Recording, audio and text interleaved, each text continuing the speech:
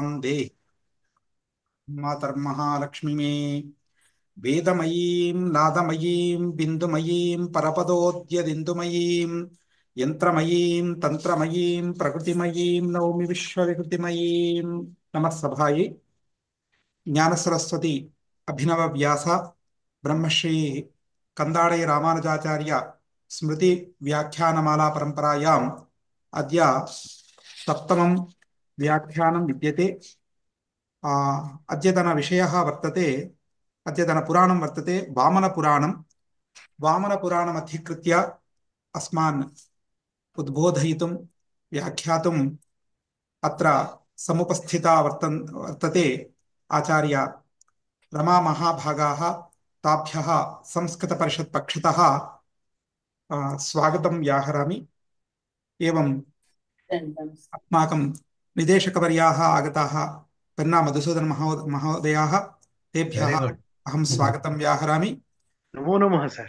नमो नमः। देहल्यां महोदय नमस्ते। देहल्यां नमस्कारं सर। नमः मैडम, नमो नमः। नमस्ते सर, नमस्ते।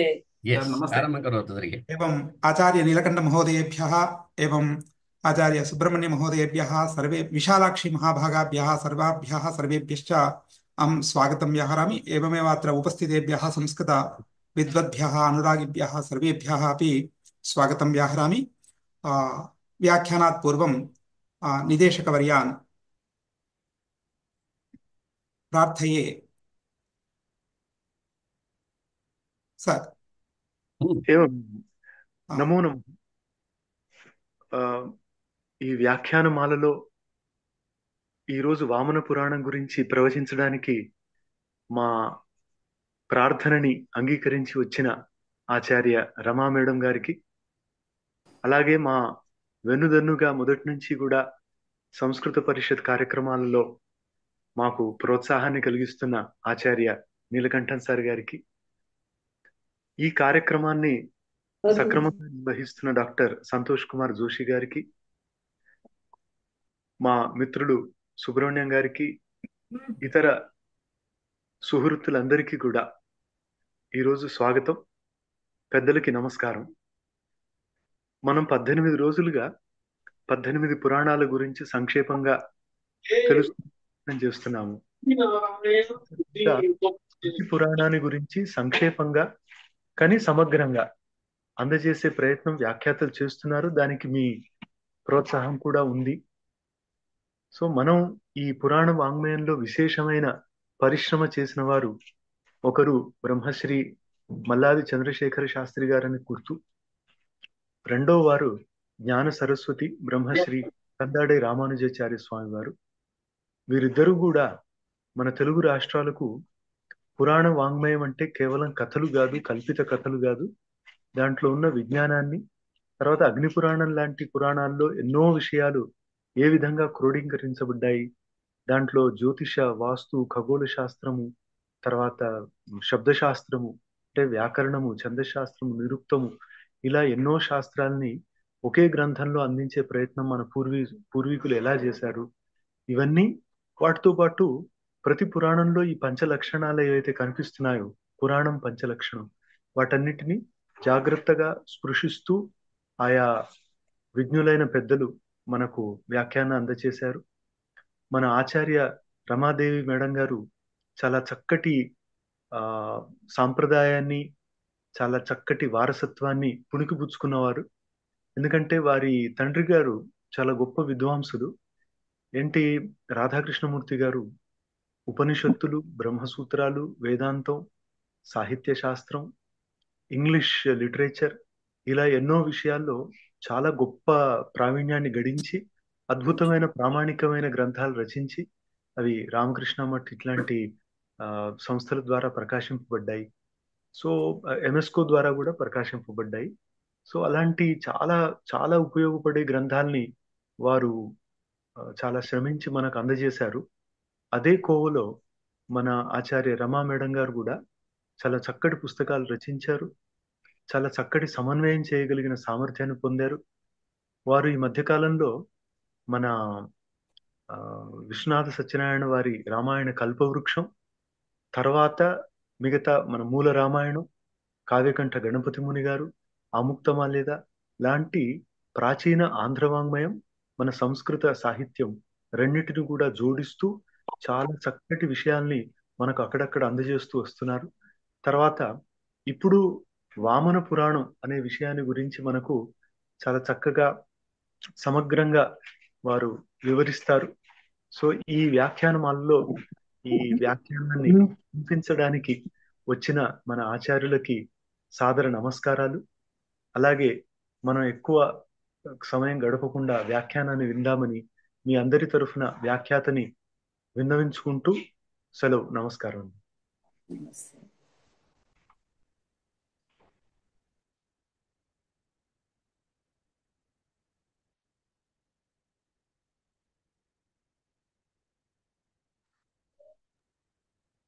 మేడం ప్రారంభిస్తారా? మేడం మీరు ఆ, మొదలు నమస్తే అండి, ప్రారంభిస్తాను. నారాయణం నమస్కృత్య నరం చైవ నరోత్తమం దేవీం సరస్వతీం వ్యాసం తతో జయముదీరయేత్. వ్యాసం వసిష్ఠనప్తారం శక్తేః పౌత్రమకల్మషం పరాశరాత్మజం వందే శుకతాతం తపోనిధిం. అచతుర్వదనో బ్రహ్మ ద్విబాహురపరో హరిః అఫాలలోచనః శంభుః భగవాన్ బాదరాయణః. జయతి పరాశరసూనుః సత్యవతి హృదయానందనో వ్యాసః. యస్యాస్య కమలకోశే వాङ्मयममृतं జగత్ పిబతి. శైవం చ వైష్ణవం లోకమేకరూపం నరోత్తమ. ద్వయోశ్చాప్యంతరం నాస్తి ఏకరూపం మహాత్మనోః. యథా పాపాని పూయంతే గంగా వారి విగాహనాత్ తథా పురాణ శ్రవణాత్ దురితానాం వినాశనం. నమస్సభాయై. అత్ర ఉపస్థితేభ్యః సర్వేభ్యః సుహృజ్జనేభ్యః సహృదయేభ్యః నమాంసి భూయాంసి. ఎవరి స్మృత్యర్థం మనం ఈ పురాణ సమాలోచనం చేసుకుంటున్నామో వారికి బ్రహ్మశ్రీ శ్రీమాన్ కందాళి రామానుజాచార్యుల వారికి సభక్తికంగా ముందస్తుగా ప్రణామాలు సమర్పించుకుంటూ, నాకు ఈ అవకాశం ఇవ్వడమే కాకుండా నా గురించి మా తండ్రి గారైన సురపరాజు రాధాకృష్ణమూర్తి గారి గురించి ఇంత చక్కటి వ్యాఖ్యానం చేసినందుకు గాను యువ విపశ్చిత్ పెన్నా మధుసూదన్ గారికి, నా మీద నమ్మకంతో పురాణ ప్రవచనం చేసే ప్రవచనం అని నేను అనలేను, కానీ మాట్లాడే అవకాశం కలిగించినటువంటి డాక్టర్ సంతోష్ జోషి గారికి ధన్యవాదాలు తెలియజేస్తూ, సుహృద్ మిత్రులకు అందరికీ ఆహ్వానం పలుకుతూ నా ఈ వామన పురాణం అన్న విషయాన్ని ప్రస్తుతీకరించడానికి ప్రారంభం చేస్తున్నాను. ఇవాళ నేను చాలా మంది రారనుకున్నాను. ముఖ్యంగా పెన్నా మధుసూదన్ గారు కూడా కొన్ని పనులలో వ్యగ్రులై ఉన్నందువల్ల శుభకార్యంలో, మా అక్కయ్య పద్మజ గారు, తర్వాత మా చెల్లెలు లత, వీళ్ళందరూ కూడా జాయిన్ అయ్యారు అంటే ఒక రకమైనటువంటి కొంచెం భయం కూడా వచ్చింది నాకు. కాబట్టి ఈ పురాణాన్ని ప్రవచనానికి న్యాయం చేకూర్చ బలం నాకు ఇవ్వమని ముందుగా ఆ వామనుణ్ణి ప్రార్థిస్తూ, అష్టాదశ పురాణాల్లో 14వది మహావిష్ణువు యొక్క అవతారాలలో 5వది అయిన అవతార వర్ణనం వామన పురాణం. సాక్షాత్తు శ్రీ మహావిష్ణువే వామనావతారం ఎత్తాడని వేదాలలో కూడా వర్ణించబడినని అందరి మాట. ఇదం విష్ణుర్విచక్రమే త్రేదా నిదధే పరం సమూఢమస్య పాంసురే అంటుంది ఋగ్వేదం. 3 అడుగులలో విష్ణువు జగత్తును ఆక్రమించి తన పాదం ఉంచాడని, ఆయన ధూళి ధూసర పాదంలో భూమ్యాది సమస్త లోకాలు అంతర్హితమైనవి అని అర్థం. శతపథ బ్రాహ్మణంలో విష్ణువును వామనోహి విష్ణురాస త్రీణి పదాని విచక్రమే విష్ణుర్గోప ఆదాభ్య అతో ధర్మాణి ధారయన్ అనే ఈ శతపథ బ్రాహ్మణంలోని వామన కథనే వామన పురాణానికి మూలమని అందరి అభిప్రాయం. అన్ని అవతారాల వలనే వామనావతార ప్రయోజనం కూడా ధర్మోద్ధరణ. వామన పురాణంలో దాదాపు 93 నుంచి 96 అధ్యాయాలు ఉన్నాయి. ఒక్కొక్క అధ్యాయం యొక్క టైటిల్ ఒకటి ఇచ్చినా కూడా ఆ ప్రధాన అంశాన్ని ఆసరాగా చేసుకొని ఒక్కొక్క అధ్యాయంలో దాదాపు ఒక 10 దాకా అనొచ్చు, 10-15 ఉపాఖ్యానాలు ఉన్నాయి. అంటే కొన్ని వేల కథలు మనకు ఇందులో అందుబాటులోకి వస్తాయి. ప్రధాన ఘట్టాలు అనొచ్చు, ప్రధాన అంశాలు అనొచ్చు. దాదాపు 5,000 శ్లోకాల్లో నిక్షిప్తమైన ఈ పురాణం కురుక్షేత్రంలో జరిగింది అని చెప్పబడుతున్నది. ఇందులో బదరికాశ్రమం గురించి, ఎన్నో నదీ నదాల గురించి, పర్వతాల గురించి, చెట్ల గురించి, ఎంతో మంది ఋషుల గురించి, మునుల గురించి, రాక్షసుల గురించి ప్రసక్తి వస్తుంది.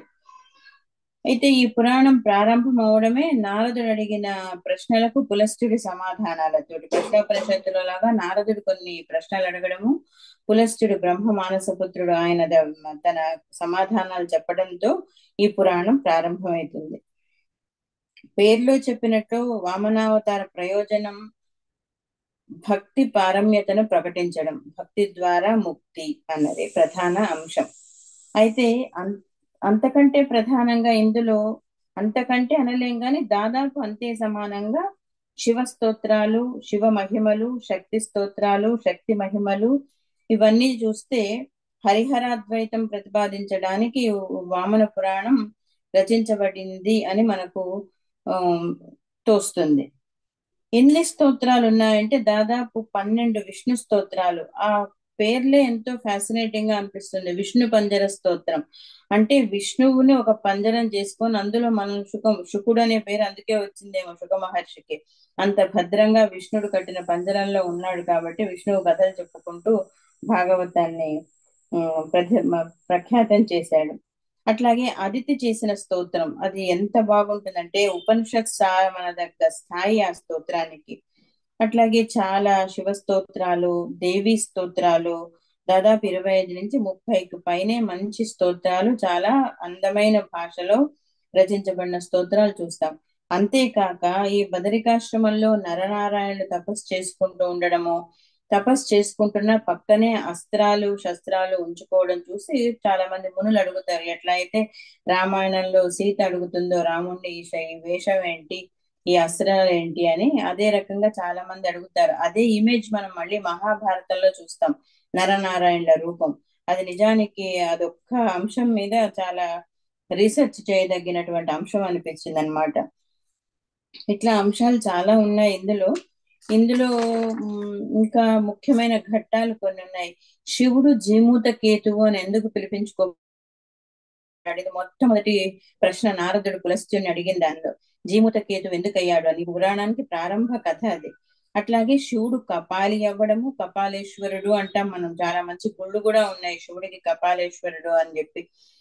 అట్లాగే కప్పాల విమోచన తీర్థము, బ్రహ్మహత్య అనే పాపం ఆయనకి ఎట్లా చుట్టుకోవడము, వారణాసి ప్రయాగ క్షేత్ర వర్ణనము, దక్షయజ్ఞ ధ్వంసము, అట్లాగే ఆ కారణంగానే సతీ దహనము, శివుడి కాలస్వరూపము, ఋతువులు, కాలాలు, నక్షత్రాలు అన్ని శివ స్వరూపంగా చెప్తున్నటువంటి ఒక అధ్యాయం చాలా ప్రత్యేకంగా అనిపిస్తుంది ఇందులో. అట్లాగే కామదహనం అయిన తర్వాత శివపార్వతుల కళ్యాణం నిజతప ఫలాభ్యాం అన్నట్లు, ఆ తర్వాత కుమార సంభవము, నారాయణుడి తపస్సు భంగం చేయడానికి ఎంతో మంది అప్సరసలను పంపిస్తే ఇంద్రుడు నారాయణుడు తన ఊరు నుంచి ఊర్వశిని పుట్టించడము, ఎంతో మంది రాక్షసులు, శుంభులు, రక్తబీజుడు, అంధకుడు, తారకుడు, దంపుడు, దుందుకారుడు, చండ ముండ ముర, ఇంతమంది రాక్షసులను సంహారం చేయడానికి విష్ణువు శివుడు కలిసి చేసినటువంటి యుద్ధాలు ఇవన్నీ కూడా ఎంత అద్భుతంగా చర్చించబడ్డాయి. ఇంకా చాలా మంచి వింత కథలు కూడా ఉన్నాయి ఇందులో. అయితే నేను ఈ పురాణం తీసుకున్నప్పుడు ముఖ్యంగా సంతోష్ జోషి గారు నాకు 2 ఆప్షన్స్ ఇచ్చారు, నారద పురాణమా వామన పురాణమా మేడం అని. అంత నాకేదో పెద్ద పరిచయం ఉన్నట్టు పురాణాలతో ఆలోచించుకోకుండా వామన పురాణం అనేసాను. భాగవతం అక్కడక్కడ, అది తెలుగు భాగవతం చదివిన మమకారంతో నేను వామన పురాణం అన్నాను. కానీ ఈ వామనుడి వలనే ఈ పురాణం కూడా పరిమాణంలో చాలా చిన్నగా కనిపించినా కూడా దాని యొక్క సౌందర్య దృష్ట్యా, కథల దృష్ట్యా, అది ఇచ్చిన సందేశం దృష్ట్యా చాలా మహత్వం కలిగినటువంటి పురాణము అని నాకు తెలిసింది. ముఖ్యంగా ఇందాక మనం చెప్పుకున్నట్లుగా హరిహరాత్మకం, హరిహరాద్వైతం ఎట్లా ప్రతిపాదించబడింది చెప్పే ప్రయత్నం చేస్తాను. అయితే ఇందులో నేను కథలన్నీ చెప్పే ప్రయత్నం కంటే కూడా ఈ గ్రంథ పఠనం పట్ల రుచి పుట్టించడం ఎక్కువ ప్రధానం అన్నట్లుగా కొన్ని అంశాలను నేను మీ మీరు మళ్ళీ తిరిగి మా పురాణాన్ని చేతిలోకి తీసుకొని చదవాలి అనిపించేటట్లుగా మాత్రం చేయగలనని నిస్సందేహంగా చెప్పగలను. ఎందుకంటే నేను ఒక పురాణం చదివినట్లుగా దీన్ని చదవలేదు. నాకు ఇది చదువుతున్నప్పుడు ఒక వాల్మీకిని, ఒక వ్యాసుని, ఒక కాళిదాసుని చూడగలిగాను. ఎన్ని వర్ణనలు ఉన్నాయి, ఎన్ని అలంకారాలు ఉన్నాయి, ఎంత పదలాలిత్యం ఉన్నది.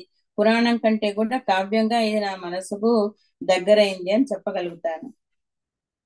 ఎన్నో రకాలైనటువంటి యుద్ధాలు జరుగుతాయి. అయితే మొదలు పెట్టడం మాత్రము ఈ ఉపాఖ్యానాలకు అన్నిటికీ కూడా మూలమైనటువంటి ఒక ఉపాఖ్యానంతో పురాణం మొదలైతుంది. అందులో ప్రార్థనా శ్లోకం ఒకటి చదువుతాను. మనం అందరం చదివే శ్లోకమే ఇది, ఒక్క పదం తేడాతో తప్ప. నారాయణం నమస్కృత్య నరం చైవ నరోత్తమం దేవీం సరస్వతీం వ్యాసం తతో జయముదీరయేతని చదువుతాం మనం. కానీ ఈ పురాణంలో మాత్రము రెండవసారి దేవీం సరస్వతీం అన్నాక పునరుక్తం చేయబడింది చైవ అన్న పదం. అంటే మళ్ళీ ఒకసారి పైన ఒకసారి కింద ఒకసారి, కానీ వ్యాస స్మరణ మాత్రం అందులో జరగలేదు. కారణం ఏంటంటే నేను ఇందాక చెప్పినట్లుగా నరనారాయణుల ప్రాశస్త్యం కూడా ఎక్కువ చెప్పదలుచుకొని పురాణకారుడు అది అట్లా వదిలేశాడేమో అని అనిపించింది. అది విఘ్నులు పెద్దలు నా ప్రవచనం అయిన తర్వాత నా సందేహం తీరుస్తారు అని ఆశిస్తున్నాను. అయితే కథా పరిచయం ఆదిలోనే జరుగుతుంది. ఎవరితో?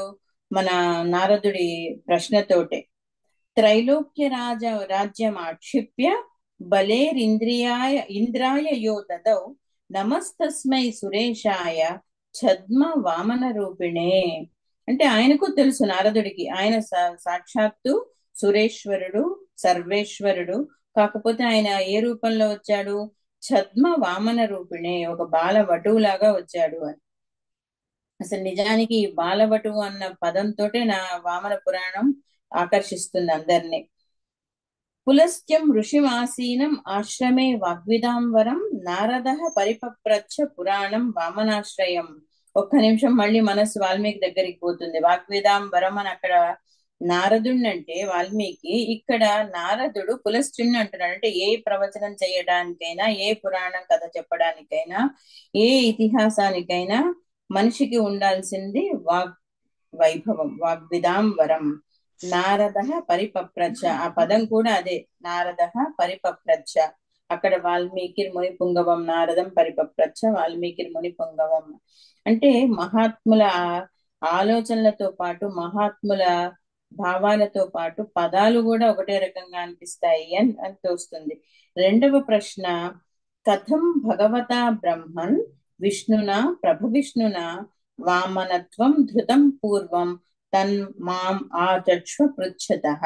ఇక్కడ కూడా విష్ణునా ప్రభవిష్ణునా నేరుగా విష్ణు సహస్రనామం దగ్గరికి మనసు పోతుంది. అట్లాగే రెండవ ప్రశ్న ఏంటి? శ్రూయతే చ ద్విజశ్రేష్ఠ దక్షస్య దుహితా సతి శంకరస్య ప్రియా భార్య బభూవ వరవర్ణిని. ఎట్లా సతీదేవి దక్షుడి పుత్రిక, దక్ష ప్రజాపతి పుత్రిక శంకరుడికి ప్రియ భార్య అయింది అని ఆయన మొదలు పెట్టడం ముందు కథం భగవతా బ్రహ్మన్ విష్ణునా ప్రభవిష్ణునా వామనత్వం ధృతం పూర్వంకి సమాధానం చెప్పకుండా పులస్త్యుడు ఈ రెండో ప్రశ్నని తీసుకొని చెప్తాడు, కథ మొదలు పెడతాడు తన పురాణ ప్రవచనం. ఏంటట అది అంటే, ఆదిలోనే ఆలుమొగల కథ, శివపార్వతుల కథ. బ్రహ్మాండంగా వాళ్ళు హిమవత్ పర్వతం మీద ఉన్నారు, ఎండాకాలం రాబోతున్నది.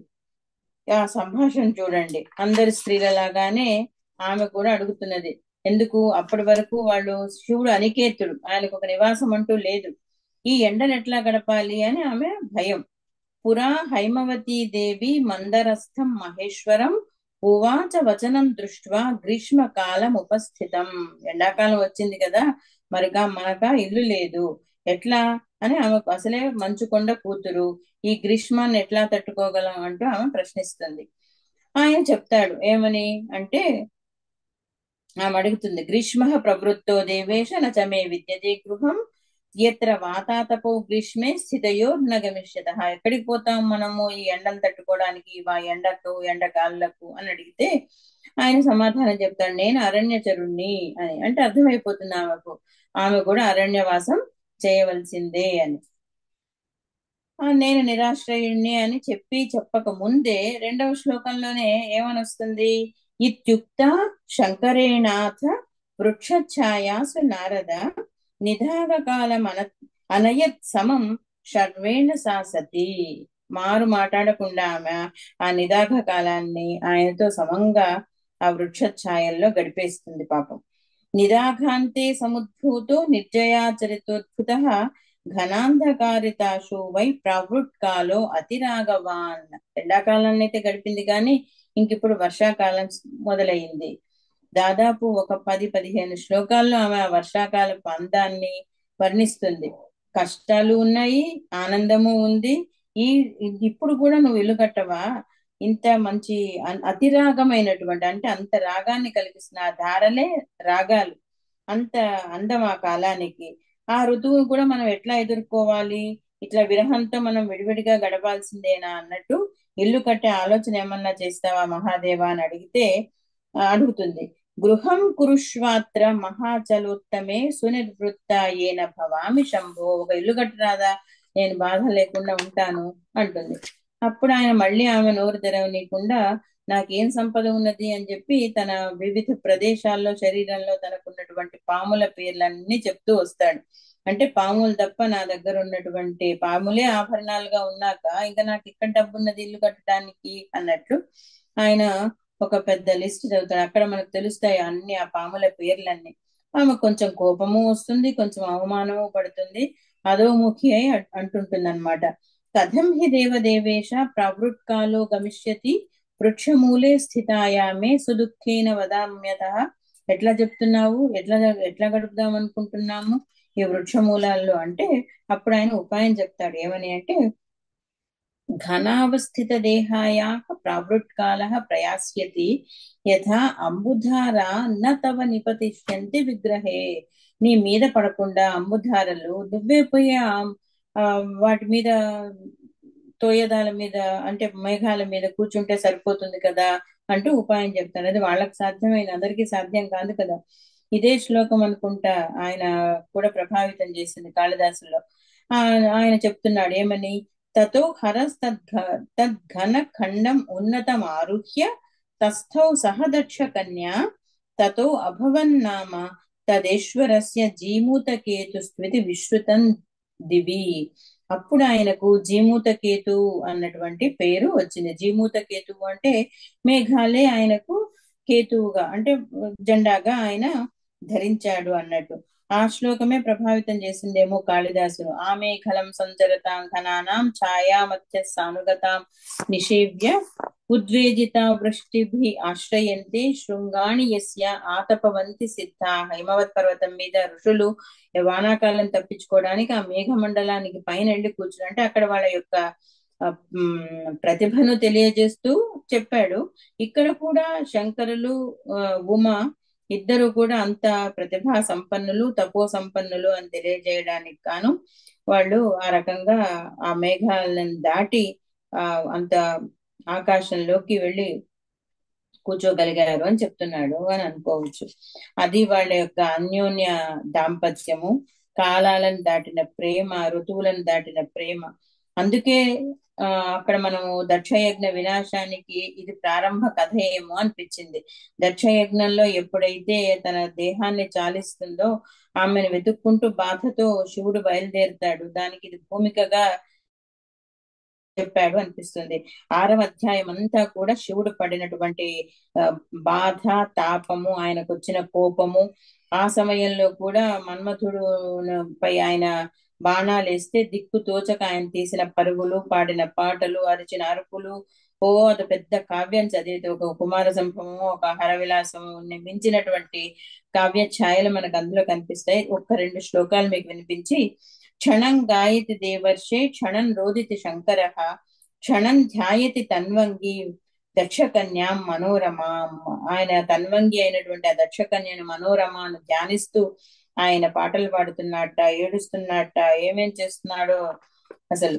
ధ్యాత్వా క్షణం ప్రస్వపితి క్షణం స్వప్నాయతే హరః స్వప్నే తదేదం గదతి తాం దృష్ట్వా దక్షకన్యకాం సతి సత్యం ప్రకుపితామా కోపం కురు సుందరి పాద ప్రణామ అవనతం అభిభాషితం అర్హసి. నీ పాదాల మీద పడి వేడుకుంటున్నాను, ఎందుకు ఇట్లా నన్ను సతాయిస్తున్నావు, ఒక స్వప్నంలో కనిపిస్తావు, కళ్ళు తెరిస్తే లేవు, ఎందుకు అనుకుంటూ ఆయన ఈ మాటలే ఆయన కుమార సంభవంలో కొన్నీలకంఠ వ్రతసీత్యుపాలభ్యత అసత్య కంఠార్పిత బాహుబంధన అన్న శ్లోకం రాయడానికి ప్రేరేపించిందా, లేక ఆ శ్లోకానికి ఇది సమాధానమా అనేది మనం ఆలోచించుకోవాలి. ఇవన్నీ ఎందుకు చెప్తున్నానంటే అసలు వామనుడి దగ్గరికి వెళ్లే లోపల ఒక 2 ఉదంతాలు, ఒక ఉదంతం అయిపోయింది, ఇంకొక చిన్న కథతోటి అసలు ఘట్టంలోకి వెళ్దాం.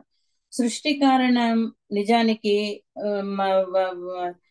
పంచసర్గలు, సర్గ, ప్రతిసర్గలు, మన్వంతరం, ఇవన్నీ పురాణ లక్షణాలని 5 లక్షణాలు చెప్తారు కదా. అందులో సృష్టి, విలయం అన్ని చెప్తారు. అయితే ఆ సృష్టి చెప్పడానికి గాను ఈ కథ చెప్పలేదు ఈయన. సృష్టి వినాశానికి దారి తీసే కథ చెప్తాడు సృష్టి చేస్తున్నటువంటి పేరుతో. అది తమాషా ఈ పురాణంలో. ఏంటది అంటే, నారదుడు అడిగిన ప్రశ్న ఒకటి ఉంది కదా, సతీదేవి ఎట్లా శివుడి భార్య అయిందని. ఇందాక మనం కొంచెం భూమికని చెప్పుకున్నాము, ఇందులో ఇంకొంచెం కథ తెలుస్తుంది. ఆ కథ ఏంది అంటే, కిమర్థం లోకపతిన ధనాధ్యక్షో మహేశ్వర జ్యేష్ఠ శ్రేష్ఠ వరిష్ఠోపి ఆద్యోపిన నిమంత్రిత. దక్షుడు యజ్ఞానికి అందరినీ పిలుస్తాడు, సమస్త దేవతలను, మునులను, ఋషులను, ఒక్క శివుణ్ణి మాత్రం పిలవడు. ఆ అవమానంతో ఆమె తనను దహించి వేసుకుంటుంది, పిలవకుండా వెళ్ళిన పేరెంట్ అని. కానీ ఇందులో కొంచెం కథ మార్పుగా ఉంది. జయ అనే ఆవిడ వచ్చి ఈమెకు ఆ సంగతి చెప్పడము, ఈమె తల్లిని మాత్రమే దక్ష ప్రజాపతి పిలవలేదు యజ్ఞానికి అని తెలుసుకొని ఆమె చనిపోవడము, ఆయన అప్పుడు వీరభద్రుడిని సృష్టించడం, ఇవన్నీ మళ్ళీ అన్ని పురాణాల్లో చెప్పినటువంటి కథలే. అయితే ఈ సృష్టి చేసేటప్పుడు దీని గురించి ఆయన కపాలి ఎట్లా అయ్యాడు అని చెప్పడానికి గాను సృష్టి క్రమాన్ని చెప్తాడు ఎవరు, పులస్త్యుడు. అదేంటిట అంటే, మనకందరికీ తెలిసినట్లుగానే ముందు ప్రపంచం జలంలో నిమగ్నమై ఉన్నది, అంధకారం ఎక్కడ చూసినా. అప్పుడు యోగ నిద్రలో ఉన్నటువంటి విష్ణువు మేల్కొని ఈ సృష్టిని చేశాడు అని చెప్తారు ఇందులో కూడా. పురాతు ఏ కారణవం సర్వం జగత్ స్థవర జంగమే నష్ట చంద్రార్క నక్షత్రం ప్రణష్ట పవనానలం. ఏమీ లేవు అక్కడ, చంద్రుడు లేడు, నక్షత్రాలు లేవు, సూర్యుడు లేడు, ఏవీ లేవు, నీరు అనలం కూడా ఏమీ లేదు, గాలి లేదు, నిప్పు లేదు, కేవలం జలం మాత్రమే ఉండేది. ఈ అష్టమూర్తుల్లో జలమే కదా ముందు వచ్చేది కూడా. తస్మిన్ శేతే భగవాన్ నిద్రాం వర్ష సహస్రికీం రాత్ర్యంతే సృజతే లోకాన్ రాజసం రూపమాస్థిత. ఆ నిద్రిస్తున్నటువంటి యోగ నిద్రలో ఉన్నటువంటి విష్ణుమూర్తి మేల్కొని బ్రహ్మ, అవ్యక్తమూర్తి బ్రహ్మ ముందుగా తన రజో రూపాన్ని తీసుకొని తను ఆ రజో రూపంలో నుంచి పంచవదనటువంటి బ్రహ్మను పుట్టించాట. రజోగుణం నుంచి బ్రహ్మ. రాజస పంచవదనో వేద వేదాంగ పారక స్రష్టా చరాచరస్యాస్య జగతో అద్భుత దర్శన. ఇంత అంత అద్భుతం లేదు, అటువంటి సృష్టి బ్రహ్మ ఆయన్ని పుట్టించాడు. అంతటితో ఊరుకున్నాడా ఆ అవ్యక్త బ్రహ్మ? ఇంకెవరిని సృష్టించాడు? తమోమయస్తథైవాన్య సముద్భూత స్త్రిలోచన శూలపాణి కపర్దీ చ అక్షమాలాంచ దర్శయన్. తమోగుణ ప్రధానంగా కపర్దిని, శూలపాణిని, త్రిలోచనుణ్ణి, అక్షమాలాలంకృతుణ్ణి కూడా ఆయన సృష్టించాడు. ఇంకా ఆగాడా? అంతటితో ఆగలేదు, 3వ వాడిని సృష్టించాడు. ఏదా 3వ ఆకారం? అహంకారం. తతో మహాత్మా హి అసృజత్ అహంకారం సుదారుణం ఏన ఆక్రాంత ఉభౌ దేవౌ తావేవ బ్రహ్మశంకరౌ. అంతటితో బ్రహ్మశంకర్ల పని అయిపోయింది. అహంకారాన్ని పుట్టించాడు 3వ ఆకారంగా, అది సర్వాన్ని ఆక్రమించింది. మొట్టమొదటగా ఈ ఇద్దరిని చుట్టుముట్టింది. అందులో మళ్ళీ ముందుగా రుద్రుడు బద్ధుడయ్యాడు అహంకారానికి. ఎందుకంటే తమోగుణం ఆయనలో కదా జాస్తిగా ఉన్నది. అహంకారావృతో రుద్ర ప్రత్యువాచ పితామహం కో భవానిహ సంప్రాప్త కేన సృష్టోసి మాం వద. అంతే, ఎవరైనా ఇద్దరు పరిచయం అయితేనే మొదటి ప్రశ్న ఏంది? నువ్వెవరివి, మీ అమ్మ నాన్న ఏరి, నువ్వు ఏ ఊరు, నీదే గోత్రం, నీదే మతం. ఇట్లాగే వాళ్ళు కూడా మొదలు పెట్టారు. ఆయన సమాధానం చెప్పకపోగా బ్రహ్మ తిరిగి ప్రశ్నిస్తాడు. పితామహోపి అహంకారి. ఆయన చూడండి ఎట్లా పదం వాడాడు. ఆయన నిజానికి పితామహుడు, తెలుసుకోలేకపోయాడు రుద్రుడు గాని. ఎప్పుడో సృష్టి జరిగింది, అవన్నీ మళ్ళా అందులో ప్రళయం వచ్చినప్పుడు అలా నీటిలో మునిగి ఉన్నటువంటి అంశలే కదా. పితామహోపి అహంకారి ప్రత్యువాచాథకో భవాన్ భవతో జనకః కోత్ర జననీ వా తదుచ్యతాం. ఆయన అడిగాడు కాబట్టి ఈయనను ఆయన అదే ప్రశ్న వేశాడు. నీ తల్లి ఎవరు, నీ తండ్రి ఎవరు, ఏంటి నీ సంగతి అనుకుంటూ ఆయన అడిగాడు. ఇట్లా ప్రశ్నోత్తర పరంపర నడిచింది. అప్పుడు ఈయన సంబోధిస్తున్నాడు పులస్త్యుడు నారదుని, కలిప్రియ ఇది అన్యోన్యం పురాతాభ్యాం బ్రహ్మ ఈశాభ్యాం పరివాదో అభవత్ తత్ర ఉత్పత్తిర్భవతో భవత్. అయితే అదే సమయంలో వాళ్ళిద్దరితో పాటుగా ఆ అవ్యక్త బ్రహ్మ ఎవరిని సృష్టించాడట? నారదుడిని కూడా సృష్టించాడు. కానీ ఆ నారదుడు రుద్రులు ఇద్దరిలాగా విష్ణుమాయకు లొంగిపోలేదు. వారితోనే పుట్టినా కూడా ఆయన మాత్రం నేరుగా అంతరిక్షంలోకి ఎగిరిపోయాట, మంచి వీణతో మహతి నినాదంతో నారాయణ నారాయణ అనుకుంటూ. భవానప్యంతరిక్షం హి జాతమాత్ర తదోత్పత ధారయన్ అతులాం వీణాం కుర్వన్ కిలకిల ధ్వనిం. కిలకిల ధ్వని చేసేటటువంటి మహతి వీణతో నువ్వు మాత్రం అంతరిక్షంలోకి వెళ్ళిపోయావు అని. అందుకే కావాల ఎవ్వరికీ దొరకనటువంటి కీర్తి, శక్తి, భక్తి, యుక్తి అన్ని కూడా నారదుడికి స్వంతమయ్యాయి. ఎందుకంటే మాయాతీతుడు కాబట్టి. ఆయన తొక్కని లోకం లేదు, ఆయన తలవని ముని లేడు, ఆయన నుడువని కావ్యం లేదు.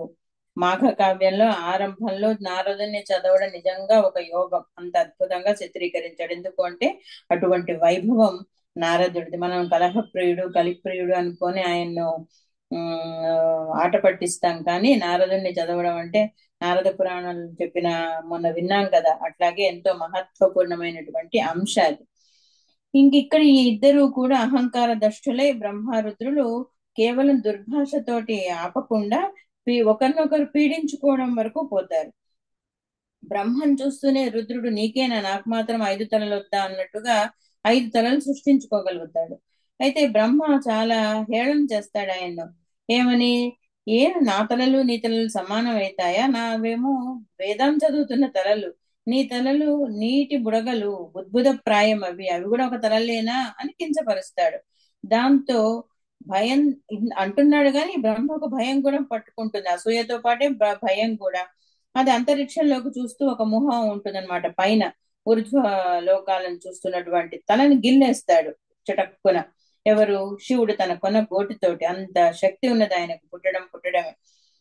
ఇంకా బ్రహ్మకు ఎంత అసూయ ఒక మాటలో చెప్తాడు ఈ పురాణకర్త, వక్త్రాన్ని దృష్ట్వా అర్కసమాని. నిజానికి ఆ ముఖాలు ఎట్లా ఉన్నాయి? శివుడు సృష్టించుకున్న ముఖాలు అర్క సమంగా ఉన్నాయి. అంటే సూర్యుడితో సమానమైనటువంటి కాంతి కలిగినటువంటి ముఖాలను పట్టుకొని ఆయన అసూయ ఎంత మాట అనిపించింది? నీటి బుడగలు అనిపించింది. అంటే పూర్తి వ్యతిరేకంగా కనిపించింది. అంటే మనిషికి దృష్టి అట్లా ఇస్తాడు దేవుడు, కనిపించేది ఒకటి, వీళ్ళు చూసేది ఒకటి. ఎందువల్ల అంటే ఆయన అప్పటికే అసూయకు లోబడ్డాడు, అహంకారానికి లోబడ్డాడు. కాబట్టి ఈ అర్కసమం అనే పదం మనం గుర్తుపెట్టుకుంటే తర్వాత కథలో మనకు దీని రెఫరెన్స్ తెలుస్తుంది. ఆ ముఖాలను ఆయన అర్కసముడు అని ఎందుకన్నాడు అని. ఆ ముఖాల్ని చూసి కూడా అది అసూయ, ఓర్వలేనితనం దేవుళ్ళకే అంతుంటే ఇంకా మనుషులకేంటి? అయితే తేడా ఏంటంటే మనదంతా ముసుగు, మనకేం లేదంటాము. పురాణ పురుషులు ముసుగులు వేసుకోరు, ఉన్నది ఉన్నట్లుగా చెప్తారు, బయటపడతారు, దానికి ప్రాయశ్చిత్తం కూడా చేసుకుంటారు తప్పు తెలుసుకుంటే. ఇంకా అప్పటి నుంచి మొదలు రుద్రుడికి తనకు చుట్టుకున్న బ్రహ్మహత్య పాతకం ఎట్లా వదిలించుకోవాలి, ఎన్ని నదులు కడగలేని పాపం, ఎన్ని తీర్థాలు తీర్చలేని తాపం. చివరికి బదరికాశ్రమం చేరిన నరనారాయణులు ఎన్నో సంవత్సరాలుగా తపస్సు చేసుకుంటున్న వాళ్ళు కూడా అక్కడి నుంచి అదృశ్యులైతారు. ఎప్పుడైతే ఈయన రుద్రుడు వస్తున్నాడో బ్రహ్మహత్య పాపం కడుక్కోవడానికి అని తెలుస్తూనే. అంటే మొత్తం స్థావర జంగమాత్మకమైన జగత్తంతా నిరాదరిస్తుంది. కేవలం ఒక్క కారణం వలనే. ఏ కారణం అంటే ఆయన బ్రహ్మ బలాన్ని నిలవరించాడు అన్న కారణానికి. బ్రహ్మ తప్పు చేశాడు, కానీ బ్రహ్మ బలాన్ని, బ్రహ్మ హత్య అంత పాతకం కలగజేస్తుంది అని చెప్పడానికి ఈ కథ.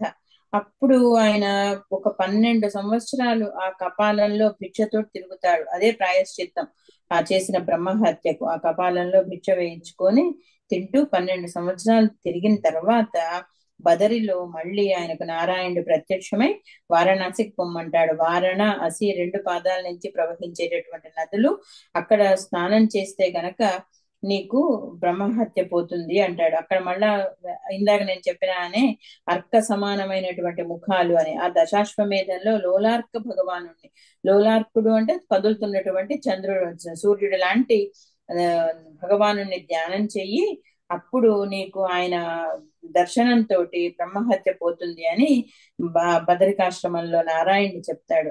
బ్రహ్మహత్య అయితే పోయింది, కానీ ఆయన చేతికున్న పుర్రె మాత్రం ఓడిపోదు, అట్లా అంటుకునే ఉంటుంది.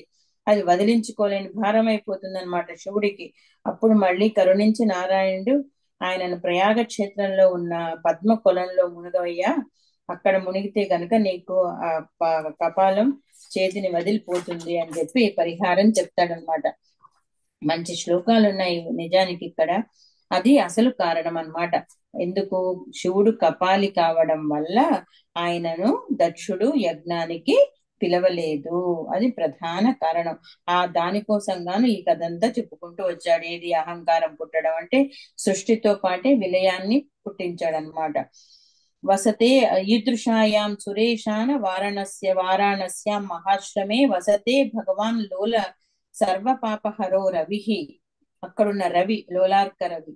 దశాశ్వమేధం యత్ ప్రోక్తం మదంశో యత్ర కేశవః తత్ర గత్వా సురశ్రేష్ఠ పాప మోక్షం అవాప్స్యసి. నీవు చేసిన పాపానికి మోక్షాన్ని పొందగలుగుతావు అని చెప్తాడు.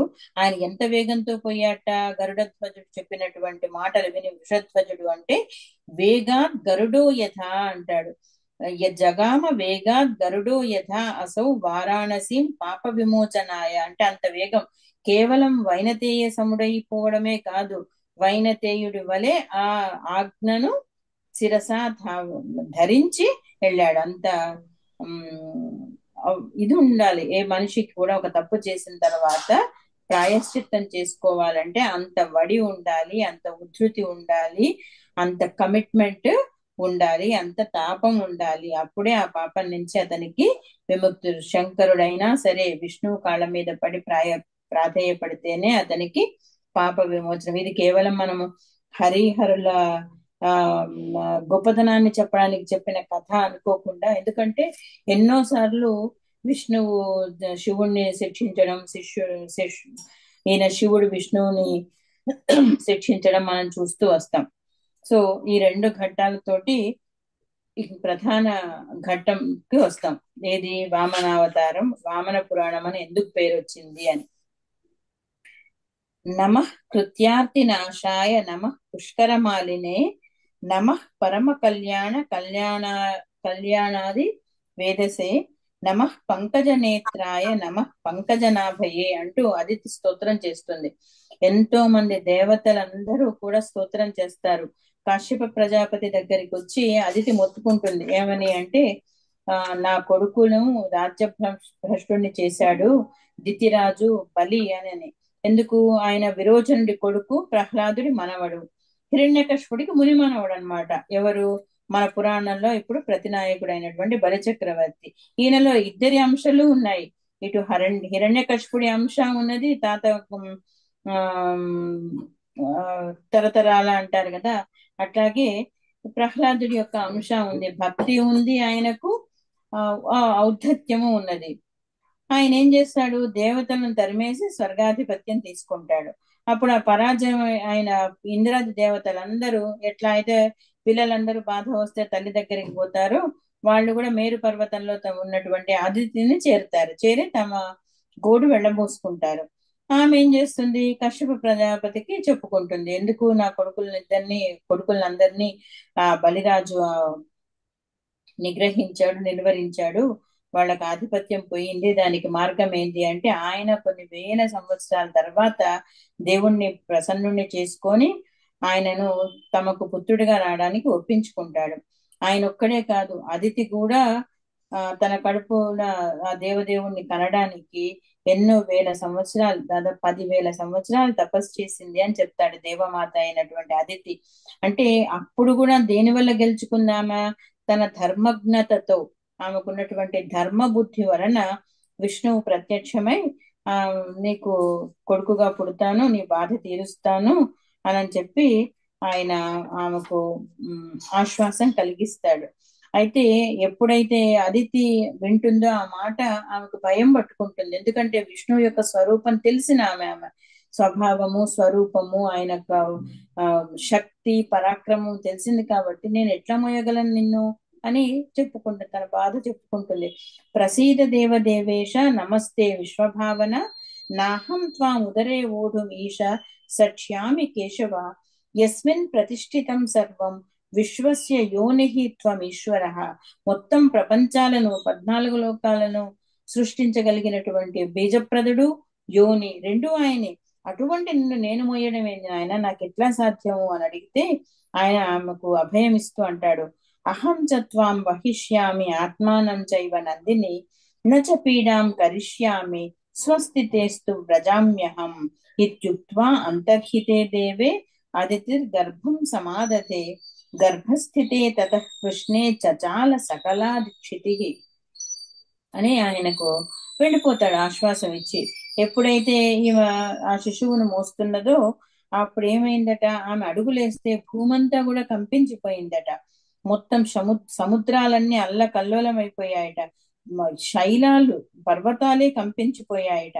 చకంపిరే మహాశైలాహ జగ్ముః క్షోభం మహాంతయః యతో యతో అదితిర్యాతి దదాతి పదముత్తమం తతస్తత క్షితిః ఖేదయన్ ననామ ద్విజపుంగవాః.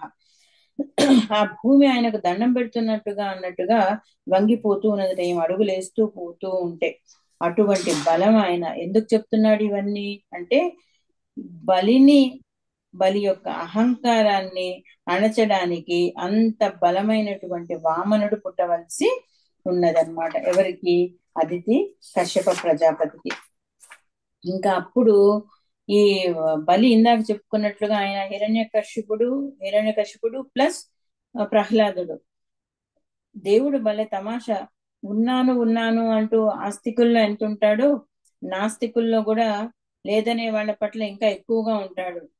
ఆయనకు తెలుస్తుంది బలికి ఏమని అంటే, తనే కాదు తన మిగతా దైత్యులందరూ కూడా తమ ప్రాభవాన్ని, పరాక్రమాన్ని, తేజస్సును కోల్పోతున్నారు అని ఆయన గ్రహించి తాతతో అడుగుతున్నాడు. ఏమని అంటే, దైత్యానామపి సర్వేషాం గర్భస్థే మధుసూదనే బభూవ తేజసోహానిర్హి యథోక్తం పరమేష్ఠిన.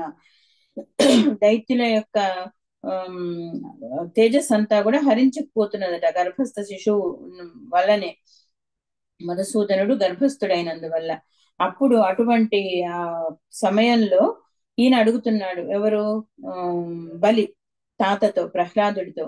నిస్తేజసో అసురాన్ దృష్ట్వా సమస్తాసురేశ్వర ప్రహ్లాదమథ పప్రచ్ఛ బలిః ఆత్మపితామహం.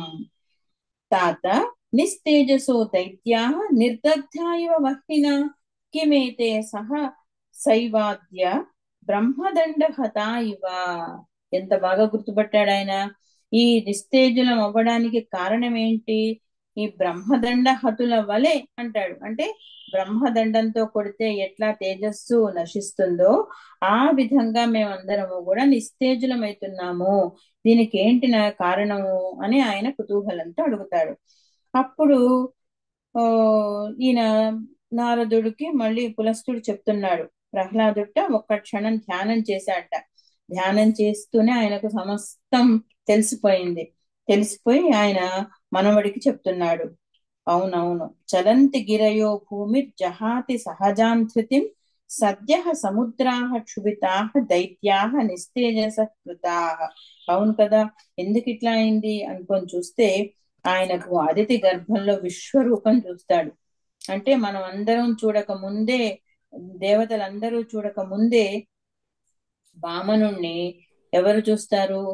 ఈయన ప్రహ్లాదుడు చూస్తాడు. ఎందుకంటే ఆయన తొందరగా గుర్తుపట్టగలడు. ఎందుగలడు లేడని సందేహం వలదు అని చూసుకున్నాడు కదా, అట్లాగే ముందుగా ఆయన చూసుకున్నాడు అనమాట. ఆయన మనవడితో అంటుంటాడు, తత్ సంజాతం మయా సర్వం యదర్థం భవతామియం తేజసో హానిరుత్పన్న శృణ్వంతు తదశేషతః.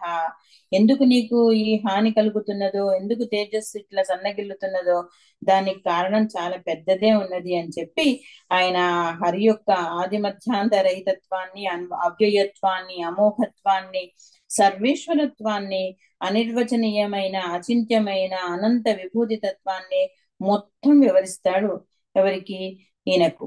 ఆ విష్ణుతత్వం ఆయనకు తెలిసి ఉండడం వల్ల ఇప్పుడు అది అదితి గర్భస్థమై ఉండడం మూలాన అది కేవలం షోడశాంశలో ఉన్నదట.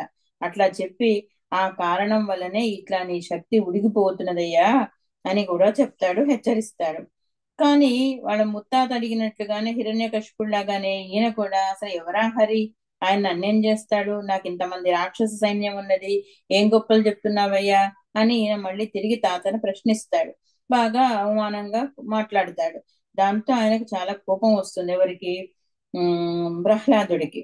అతని అహంకృతి పట్ల నిష్కారణ వైరాన్ని చూసి ఆయన అంటాడు, నీలాంటి మూర్ఖుడి, దురాత్ముడు రాజుగా ఉండడం వల్ల ఒక్క నీకే కాదు సమస్త కులానికి నాశనం వాటిల్లుతుంది అని చివాట్లు పెట్టి, నీలాంటి దౌర్భాగ్యుణ్ణి కన్నా తండ్రిని కన్నా నా దౌర్భాగ్యం ఎంతదో అని ఆయన అంత దూరం పోతాడనమాట. అంటే ప్రహ్లాదుడు పుట్టడానికి ప్రహ్లాదుడి కొడుకు విరోచనుడు, విరోచనుడి కొడుకు ఈయన బలి.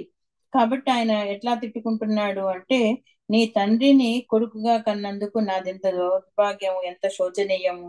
శోచ్యోహం యస్య మే గేహే జాతస్తవ పితా అధమః యస్య త్వం ఈదృశః పుత్రో దేవదేవావమానకః. దేవదేవుణ్ణి అవమానించేటటువంటి పుత్రుణ్ణి కన్నా నీ తండ్రిని కన్నందుకు నేను ఎంత శోచనీయంగా అయింది నా స్థితి అనుకుంటాడు. ఇది ప్రహ్లాదుడి ఘోష. తను, తన ముందు తరాలు, తర్వాతి తరాలు తనతో పాటు సన్మార్గంలో ఉండాలన్న బలమైన ధ్యేయం ప్రహ్లాదుడిది. ధర్మభీతి, దైవభీతి లేకపోవడం అన్నది ఎంత లోక విద్విష్ట కారణమో ఆయనకు తెలుసు. కాబట్టి ఆయనకంత జుగుప్స, భయము అన్ని కలుగుతాయన్నమాట మనవణ్ణి చూస్తే. ఎట్లా అయితే రక్షిత స్వస్య ధర్మస్య స్వజనస్య పరిరక్షిత అని రాముడికి ఉన్నదో, ప్రహ్లాదుడికి కూడా అదేటటువంటి ధర్మబుద్ధి. అంత హరిని విమర్శించాడు అని చెప్పి ఆయన తన మనవడని కూడా చూడకుండా చాలా ఘోరంగా శపిస్తాడు. ఏమని?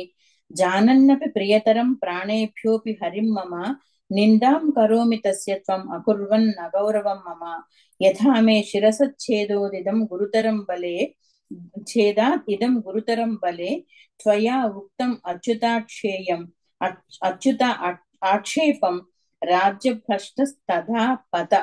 ఆ పదమే చూడండి, పత, పడిపో, పాతాళానికి పడిపో, ముందే వచ్చేసింది ఆయన నోటి నుంచి.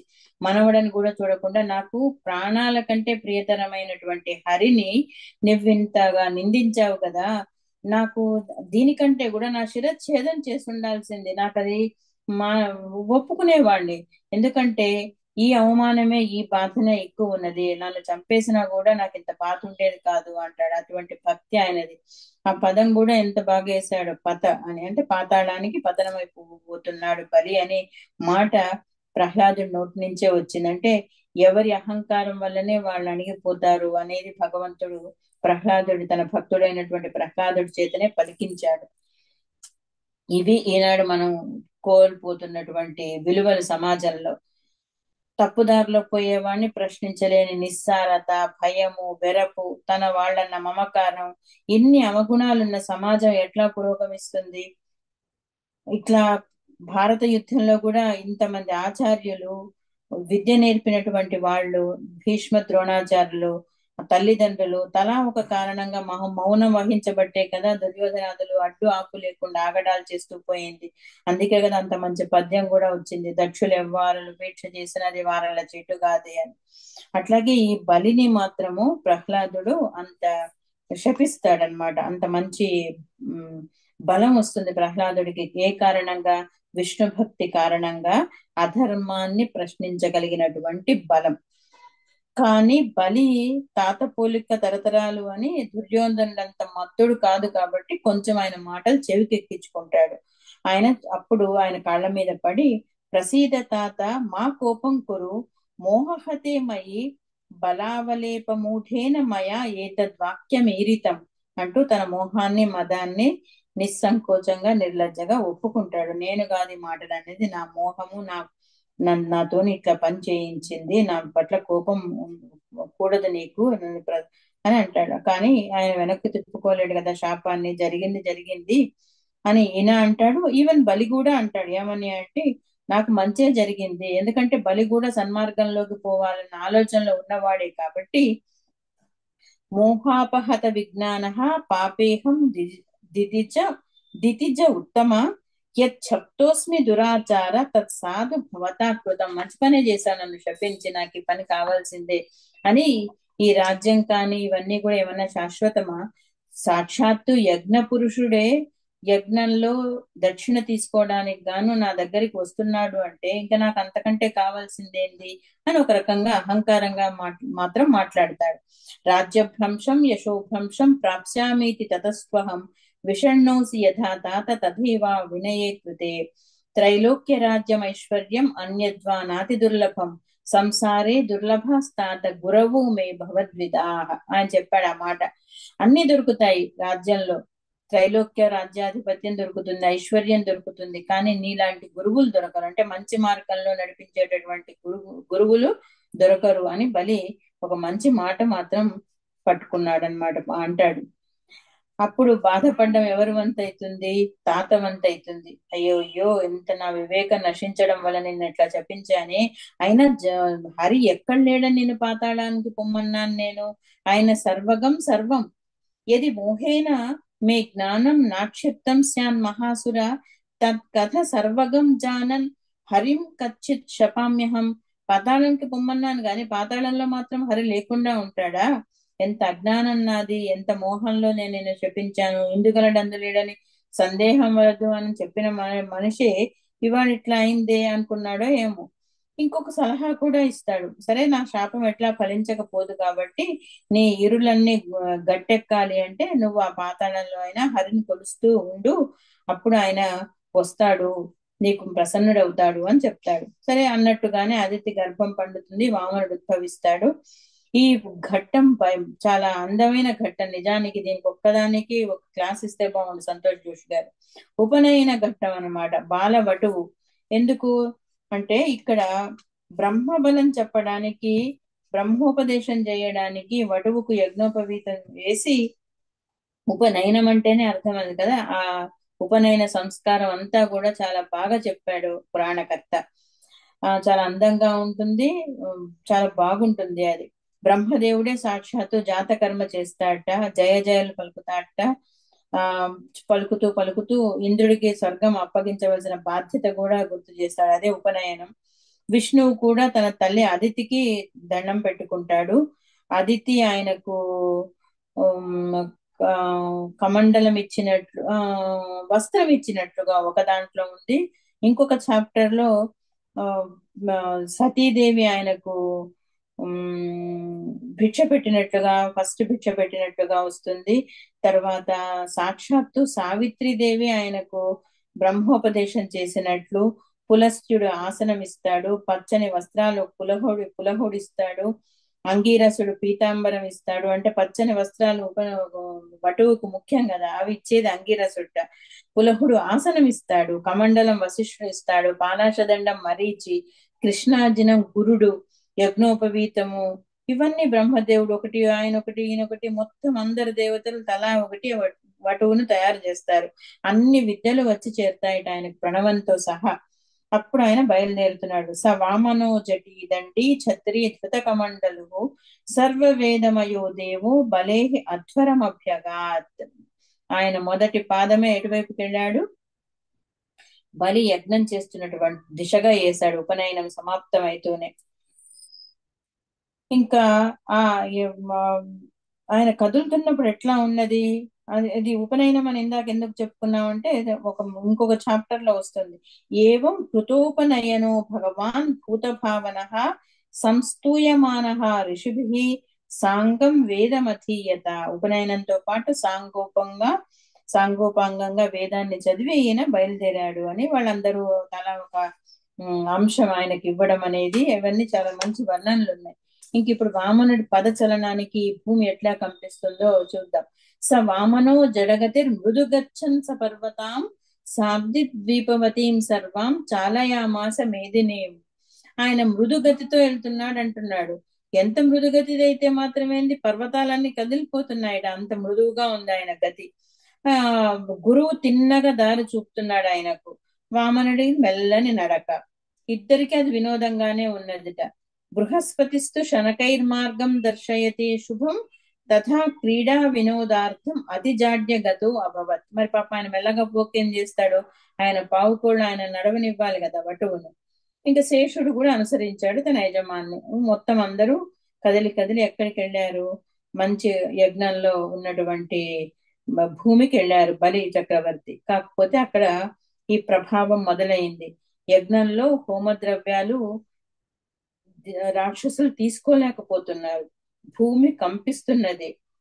ఆయనకు అర్థమవుతున్నది ఏంది అంటే, ఎప్పుడు హోమద్రవ్యాలు తీసుకుంటేటువంటి రాక్షసులు దేవుడు దగ్గరికి వస్తున్నాడు అనేది తెలిసేటప్పటికి వెనక అడుగం చేస్తున్నారు. అగ్నిదేవుడు కూడా యజ్ఞంలో హోమద్రవ్యాలు తీసుకోవడం లేదు. అప్పుడు ఆయన ధ్యానంలోకి వెళ్ళిపోయి ఆయన మళ్ళీ శుక్రాచార్యుడు శిష్యుడు అడిగితే చెప్తున్నాడు. ఏమని అంటే, శుక్రాచార్యుడు రాక్షస గురువు అయినా కూడా నిజం మాట్లాడతాడు చాలా మటుకు. ఆయన చెప్తున్నాడు, ఇంకేంది అవతరించాడు అంటాడు. అవతీర్ణో జగద్యోని కశ్యపస్య గృహే హరికి వామనేనేహ రూపేణ పరమాత్మ సనాతన. ఆ సనాతనుడైనటువంటి పరమాత్మ సాక్షాత్తు వామనుడిగా వచ్చేస్తున్నాడు అని ఈయన ధ్యానంలో కనుక్కుంటాడు. అంటే గొప్పవాళ్ళ అనుగ్రహం ఉంటుంది కదా, గురువు ఎంతైనా. రాక్షసులకు మాత్రం ఆయన చెప్పింది వేదాలే కదా, హరిస్వరూపం తెలియదు ఆయనకు. స నూనం యజ్ఞమాయాతి తవ దానవ పుంగవ తత్ పదన్యాస విక్షోభాదియం ప్రచాలిత మహి. ఈ మహి అంతా కూడా ఎందుకు కదిలిపోతున్నది అంటే ఆ విక్షోభం వల్ల, పదన్యాస విక్షోభం వల్ల అని చెప్తాడు. కంపంతే గిరయశ్చైవ క్షుభిత మకరాలయ నేయం భూతపతిం భూమి సమర్థ ఓఢుమీశ్వరం. ఈ భూమి భరించలేకపోతున్నది, ఆయన పదగతిని భరించలేకపోతున్నది. అదే కారణం. ఇప్పుడు యజ్ఞపురుషుడు విష్ణువే స్వయంగా వస్తున్నాడు, మరి ఏం చేస్తావో కొంచెం ఆలోచించుకొని చెయ్యి అని కూడా హెచ్చరిస్తాడు. అయంచ దేవ సత్వస్థ కరోతి స్థితి పాలనం. ఆయన చేసేది స్థితి పాలనం, నువ్వు చేసింది ఏంది దానికి విరోధం. కాబట్టి విసృష్టంచ తథా అయంచ స్వయమత్తి ప్రజా ప్రభు.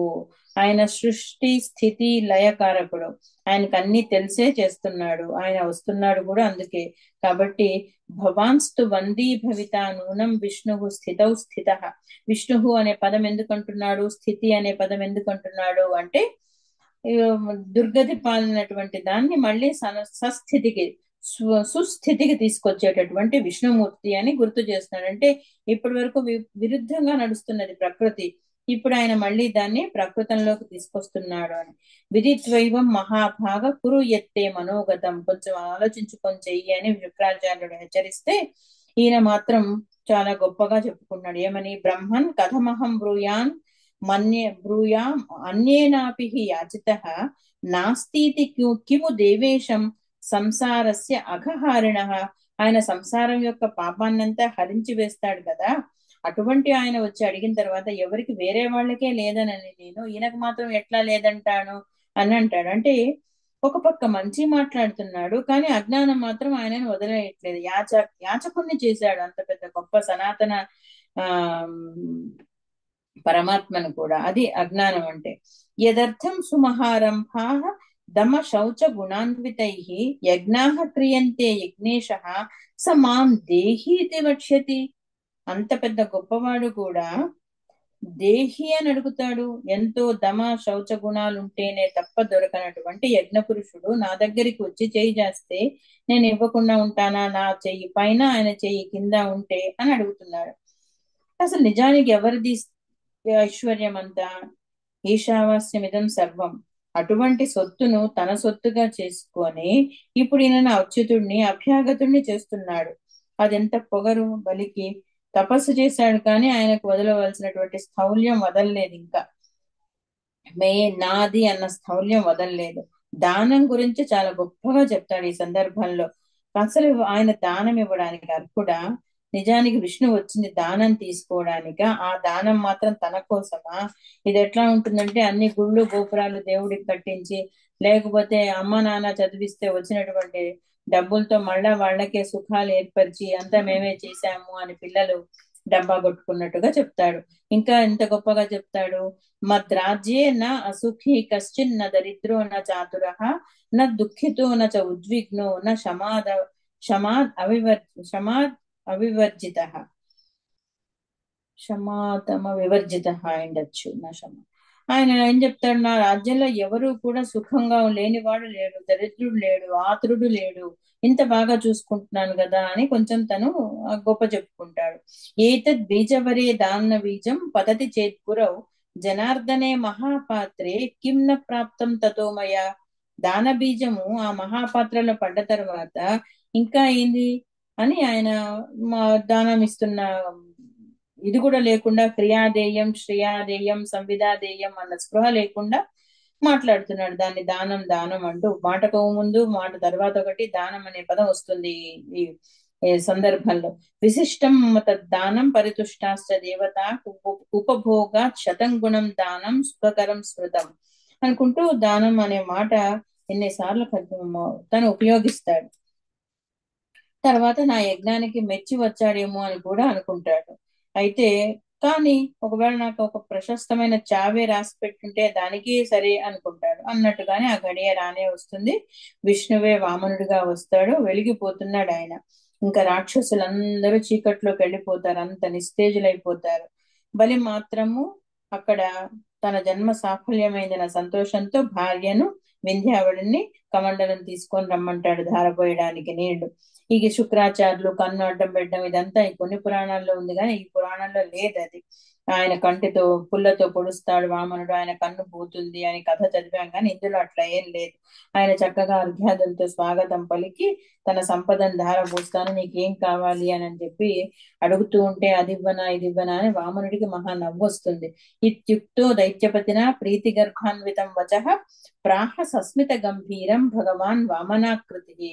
ఆయన సస్మిత గంభీరం, ఆయనకు లోపల నవ్వు వస్తున్నది, దాచిపెట్టుకుంటున్నాడు. కానీ భగవంతుడు, కానీ వామనాకృతి. ఎంత గొప్ప మాట! పక్క పక్కనే భగవంతుడు అయినప్పటికీ వామనాకృతిలో వచ్చినటువంటి ఆయన ఒక మనసులో నవ్వుకొని ఆయన మాయలో పడేసేటట్టుగా నవ్వుతాడు. నవ్వు వచ్చినా బయటపడకుండా గంభీర స్వరంతో అంటున్నాడు ఏమని, మమాగ్ని శరణార్థాయ దేహి రాజన్ పదత్రయం సువర్ణ గ్రామ రత్నాది తదర్థిభ్య ప్రదీయతాం. నాకేమొద్దు, ఒక్క 3 అడుగుల నేల ఇవ్వు చాలు. దేహి రాజన్ 13 అడుగులు. మమాగ్ని శరణార్థాయ, ఎందుకు? కేవలం అగ్ని శరణార్థం, నేను అగ్నిదేవుడికి ఒక ఇల్లు కట్టుకుంటాను, దానికోసం గాను ఒక 3 అడుగులు ఇవ్వు చాలు అన్నాడు. ఎందుకు అంటే ఈ అవతార ప్రయోజనం అంతా ఈ బ్రహ్మాగ్నిని కాపాడటమే. అందుకే అది అంత సూక్ష్మంగా తెలియజేశాడు పురాణకర్త. అగ్ని శరణార్థాయ, అగ్నిమీడే పురోహితం. దేవతలందరూ అగ్నిముఖాలు కదా, ఇప్పుడు వాళ్ళకి ముఖం లేకుండా పోయింది కాబట్టి అగ్ని ఉంటే అన్నీ ఉన్నట్లే అని 3 అడుగులు ఇవ్వు చాలు అని అడుగుతాడు. ఆయనకు చాలా అవమానం వేస్తుంది బలి చక్రవర్తికి. ఇంత ఇవ్వడానికి నేను నిర్ణయించుకుంటే అది సమస్తం ఇవ్వడానికి నేను సంసిద్ధుడనైతే ఇది ఎంత అవమానకరంగా ఉంది. ముష్టి 3 అడుగుల భిక్ష కోరుతున్నాడు అంటే ఇచ్చేవాడికి కూడా కొంచెం గొప్పగా ఉండాలి కదా ఇచ్చేది అన్నట్లుగా ఆయన సరే చూద్దాం ఎందుకు అని ఎంత చెప్పినా వినకపోయేసరికి అర్ఘ్యం తీసుకొని ఆయన చేతిలోకి వదులుతాడు. అంతే, వామనుడు కాస్త అవామనుడయ్యాడు అంటాడు. పాణౌతు పతితే తోయే వామనో అభూత్ అవామనః సర్వదేవమయం రూపం దర్శయామాస తక్షణాత్. అంతే, ఒక్క నిమిషంలో ఒక్క క్షణంలో ఆయన అవామనుడయ్యాడు, తన సర్వదేవమయ రూపాన్ని చూపించాడు. విశ్వరూపం అన్నమాట, బ్రహ్మాండమైన రూపం. ఎంత నిండిన రూపం, బ్రహ్మాండం అంతా నిండిపోయింది. విశ్వం విష్ణువు అంటే అర్థం తెలుస్తుంది అక్కడ ఉన్న వారికి. చూస్తుండగా పెరిగిపోయాడు. పెరిగి పెరిగి ముల్లోకాలను గెలిచి అసురులను నిర్జించి పురంధరుడికి త్రైలాధిపత్యం ఇచ్చేస్తాడు. ఎవరిని పంపిస్తాడు పాతాళానికి? మూడో పాదం పెట్టేందుకు ఇంకా ఎక్కడ లేకపోయేసరికి బలి తల వంచుతాడు, ఆయనను పాతాళానికి పంపిస్తాడు. ఇంకా అక్కడ అనుభవించవయ్యా నువ్వు చేసినటువంటి యజ్ఞ యాగదుల ఫలాన్ని అంటాడు. ఆ యజ్ఞ యాగాదుల ఫలం ఏంటిట అంటే నిజానికి అవి ఫలాలు కాదు, ఫలితాలు. ఎందుకంటే అవి విధికి ప్రతికూలంగా చేసినవి కనుక. దానాని అవిధి దత్తాని శ్రాద్ధాన్ని అశ్రోత్రియాని, శ్రోత్రియుడు లేకుండా చేసిన శ్రాద్ధ ఫలము, దానాన్ని విధి పూర్వకంగా చేయకుండా చేసిన దానాలు, హుతాని అశ్రద్ధయా, శ్రద్ధ లేకుండా ఆకుతులు చేయడము, వీటి ఫలితం అంతా నువ్వు అక్కడ అనుభవిస్తావు అని దీవిస్తున్నాడు. కర్మక్షయం అనుభవించమను, మొత్తానికి పాతాళానికి పంపిస్తాడు. అదక్షిణా తథా యజ్ఞా క్రియశ్చ విధినా కృతా ఫలాని తవ దాస్యంతి అధీతాన్యవ్రతాని చ ఉదకేన వినా పూజా వినా దర్భేణ యా క్రియా ఆజ్యేన చ వినా హోమః ఫలం దాస్యంతి తే బలే. ఇది చాలా పెద్ద లిస్ట్ ఉందన్నమాట. అక్కడ ఏమేం చేశాడు తప్పులు అవన్నీ కూడా మనం చెయ్యకూడనివి అన్ని అక్కడ ఆయన చెప్తాడు. అందువల్లనే అతనికి పాతాళ స్థితి కల్పించబడిందేమో అన్నట్టుగా. అది బలి చేసినటువంటి వృత్తాంతం. తను చేసిన నిర్వాకానికి హంగులు ఆర్భాటాలు విద్యుక్తం కానివి ఎంత నిష్ఫలమో విపరీత ఫలాన్ని ఇస్తాయో అవన్నీ తీరిగ్గా పాతాళానికి పోయి అన్ని అహంకారానికి నువ్వే బలి అయి అక్కడ అనుభవించు అన్నట్టుగా చెప్తాడు. ఇత్యేతత్ కథితం తస్య విష్ణుర్ మాహాత్మ్యముత్తమం వామనస్య శృణ్వన్ యస్తు సర్వ పాపై ప్రముచ్యతే. ఇటువంటి కథ విన్న తర్వాత అంతా నాది అనే అసలు పాపం అదంతా కూడా పోతుంది. ఎప్పుడు అంటే వామనుడి యొక్క కథ విన్న తర్వాత. ఈశావాస్యమిదం సర్పం యత్కించ జగత్యాన్ జగత్ తేన త్యక్తేన భుంజీతాహ మా కృత కస్యస్మిద్ ధనం అన్న ఈశావాస్య శ్లోకం మళ్ళొకసారి మనం స్మరించదగ్గది. ఈ విషయంలో ఈ ఈశ్వరుని ఐశ్వర్యాన్ని దేవభూములను తన ఐశ్వర్యంగా కబళించి తన భూమిగా చేసుకొని అడుగు నువ్వెంత అడిగితే అంత ఇస్తాను అని హుంకరించిన అహంకృతి బలిది. అందుకే 3 అడుగులు ముచ్చటగా అడిగి బలి యొక్క బులిపెన్ తీర్చాడు వామనుడు. అందుకే తక్కువగా ఎవరిని అంచనా వేయకూడదు. అయితే నిజానికి ఈ భాగవతంలో వామనుడి వృత్తాంతమే కావచ్చు, పోతనలో వామనుడి వృత్తాంతమే కావచ్చు, కల్పవృక్షంలో వామనుడి వృత్తాంతము, ఎన్నెన్ని మంచి శ్లోకాలు ఉంటాయి, ఎన్నెన్ని మంచి పద్యాలు ఉంటాయి. అసలు ఆయన రావడమే వామనుడిని పోతన చూపిస్తాడు. స్వస్తి జగత్రయీ భువన శాసన కర్తకు హాసమాత్ర విధ్వస్త నిలింప భర్తకు అంటూ, అంటే స్వస్తి వాక్యం పలికేశాడు రావడమే ఆయన. మంగళాధ్వర విధాన విహర్తకు నిర్జరీగళన్యస్త సువర్ణ సూత్ర పరిహర్తకు దానవలోక భర్తకు కారే రాజులు రాజ్యముల్ గలుగవే గర్వోన్నతిం పొందరే వారేరి సురి మూటగట్టుకుని పువ్వంజాలిరే భూమిపై పేరైనం గలదే అంటాడు. ఇంకా పెరిగిపోవడం ఎట్లా? ఇంతింతై వటుడింతయై మరియు తానింతై నభో వీధిపైనంతై తోయద మండలాభ్రమణ కల్లంతై ప్రభారాశిపైనంతై చంద్రుని కంతయై ధ్రువునిపైనంతై మహర్వాటిపైనంతై సత్య పదోన్నతుండగుచు బ్రహ్మాండాంత సంవర్ధియై. అంతు చూడడం అంటే ఇక్కడి నుంచే వచ్చిందేమో. అన్ని పదాలు కూడా అంతే అంతే అంతే అని ఒక 5 సార్లు 6 సార్లు పైన ఆ పదం వస్తుంది. ఇంకా ఆయన పెరుగుతున్నప్పుడు సూర్యుడు ఆయనకు ముందు ఛత్రం పట్టాట, ఆ తర్వాత ఆయన పాదపీఠం వరకు వస్తాడు. ఈ పద్యం చెప్పకుండా వామన పురాణం ముగించకూడదు అని. రవిబింబం ఉపమింప పాత్రమగు ఛత్రంపై శిరో రత్నమై శ్రవణాలంకృతమై కళాభరణమై సవర్ణ కేయూరమై ఛవిమత్ కంకణమై కటిస్థలి నుదంచద్ వస్త్రమై నూపుర ప్రవరంబై పదపీఠమై వటుడు తా బ్రహ్మాండము నిండుచోన్న. అంతే ఒంటివాడు నాకు నొకటి 2 అడుగుల మేర సొమ్ము మేర ఒల్ల కొర్కె తీర బ్రహ్మ కూకటి ముట్టేదాన్ని, బ్రహ్మ కూకటి ముట్టుతాను అంటాడు. అందుకే కదా బ్రహ్మ కడిగిన పాదము అని వచ్చింది. అక్కడికి పోయాక బ్రహ్మ ఇదే సమయం అనుకొని ఆయన పాదం కడుగుతూ కూర్చుంటాడు. అట్లాగే ఈ భాగవతంలో వామనుడిని కూడా భాగవత మహాపురాణంలో చాలా మంచి మంచి శ్లోకాలు ఉన్నాయి. అక్కడ వాళ్ళ ఉపనయన సంస్కారం చేయడం కూడా చాలా బాగుంటుంది.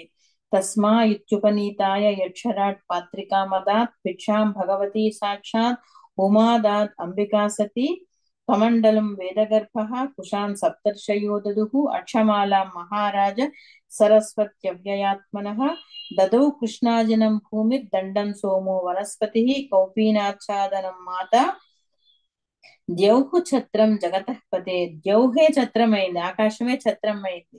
ఇట్లా ఈ ఉపనయ సంస్కారం గురించి ఇందులో చెప్పడము, బ్రహ్మ బలం గురించి చెప్పడము ఇందులో ఈ పురాణంలో చాలా విశిష్టము. అంతేకాకుండా ఇందులో ఇంకా మంచి మంచి హృద్యమైనటువంటి సందేశాలు సూక్తులు ఉన్నాయి. కాళీ అని పిలిచినందుకు కోపగించుకొని పార్వతీదేవి తపస్సు చేయడానికి వెళ్ళిపోతుంది. అంటే ఎవరిని వర్ణ వివక్ష చేయకూడదు. వర్ణ వివక్ష రెండర్థాల్లో కూడా, కలర్ ఇట్లా ఉన్నావు అట్లా ఉన్నావు, కులం ఇది కులం అది అని వెళ్ళిపోతే అక్కడ ఒక తమాషా జరుగుతుంది. ఆమె కొండ అంచు మీద పోయి కూర్చొని తపస్సు చేస్తూ ఉంటే ఈమె ఎప్పుడో ఒకప్పుడు ఈ కొండ అంచు మీద నుంచి పడిపోదా, తినలేకపోతానా అని ఒక పులి కాపలా కూర్చుంటుంది. ఎన్ని సంవత్సరాల తపస్సు అయినా కూడా ఆమె కింద పడదు, పులికి తినే అవకాశం దొరకదు. కాకపోతే పులికి ఒక రకమైనటువంటి తదేక నిష్ఠ ధ్యానం సిద్ధిస్తుంది. అప్పుడు బ్రహ్మదేవుడు ప్రత్యక్షమై ఏం కావాలి తల్లి, ఎందుకు తపస్సు చేస్తున్నావు అంటే ఆమె ముందు ఎవరికి అనుగ్రహం ఇవ్వమంటుంది, ఆ పులికి అనుగ్రహం ఇవ్వమంటుంది. ఎందుకంటే నన్ను ఇంతసేపు ధ్యానంగా చూస్తూ కూర్చున్నది నాదెంత తపస్సు దానిది కూడా అంతే తపస్సు అని అడుగుతుంది. అదొకటి మంచి ఇన్సిడెంట్. అప్పుడు ఆ కాళిని ఆయన ఆమె తపస్సు వల్ల ఆమె సువర్ణ రూపం పొందుతుంది అనమాట. గౌరీగా, లలితగా, అంత మంచి కాంతిమంతమైనటువంటి దేహాన్ని పొందుతుంది. అట్లా ఒక కథ ఉంది. అట్లాగే శివుడు విరహంలో వెళ్ళిపోతూ ఉంటే యమునా నది, ఒకప్పుడు ఆయన బ్రహ్మహత్య చేసినప్పుడు యమున ఎండిపోతుంది, లక్షజా నది ఎండిపోతుంది ఆయన మునగడానికి నీళ్లు ఇవ్వకుండా. కానీ ఎప్పుడైతే ఆయన విరహంతో పరుగులు తీస్తుంటాడో అప్పుడు యమున ఆయన విరహాన్ని తీసుకొని నల్లగా మారిందట. అందుకే ఆమెకు కాళింది అన్న పేరు వచ్చింది అని వస్తుంది. ఇట్లా కొన్ని ఉన్నాయి. అట్లాగే ఒక జలోద్భవుడు అన్న రాక్షసుని చంపడానికి విష్ణుమూర్తికి చక్రం ఇస్తాడు, త్రిశూలి. వీళ్ళిద్దరూ ఆయుధాలు కూడా మార్చుకుంటాడు. త్రిశూలి అయినటువంటి శంకరుడు ఆయనకు శూలం ఇస్తాడు, చక్రధారి ఆయనకు సుదర్శన చక్రాన్ని ఇస్తాడు. ఇవి కాక రథాంగ పాణిని చేస్తూ ఇంకొక చక్రం ఇస్తాడు శివుడు. ఇచ్చినప్పుడు ఆ చక్రం పనిచేస్తుందా లేదా అని చెప్పి ఎవరి మీద ప్రయోగిస్తాడు, శంకరుడి మీదే ప్రయోగిస్తాడు. ఎట్లా అయితే భస్మాసురుడు గనక ఆయన మీద నెత్తి మీద చేయబట్టాలి అన్నట్లుగా. దాంతో పాపం శంకరుడు 3 ముక్కలైపోతాడు. అప్పుడు ఈయన కాళ్ళ మీద పడి వేడుకుంటాడు, నా తప్పైపోయింది, ఎంత పని చేశాను నేను, క్షమించమని విష్ణువు అడిగితే, ఏం పశ్చాత్తాపడకు నాయనా, నువ్వు మంచే చేశావు, నా ప్రాకృత స్వభావాన్ని నువ్వు తెగొట్టావు గాని నేను అచ్ఛేద్యము అదాహ్యము నాది శరీరము, నా స్వభావము అదేమి కూడా ఇబ్బంది పడలేదు అని చెప్పి అంటాడు. ఆ 3 పేర్లే అనమాట ఆయనకు. ఒకటి సువర్ణ రూపము, ఒకటి విరూపాక్షుడు అన్నది, ఇంకొకటి ఏది ఉన్నది. సో అట్లా ఏది చేసినా కూడా మంచికే అది దారి తీస్తుంది తప్ప ఎవరికి ఇబ్బంది కలగకుండా అవుతుందన్నమాట.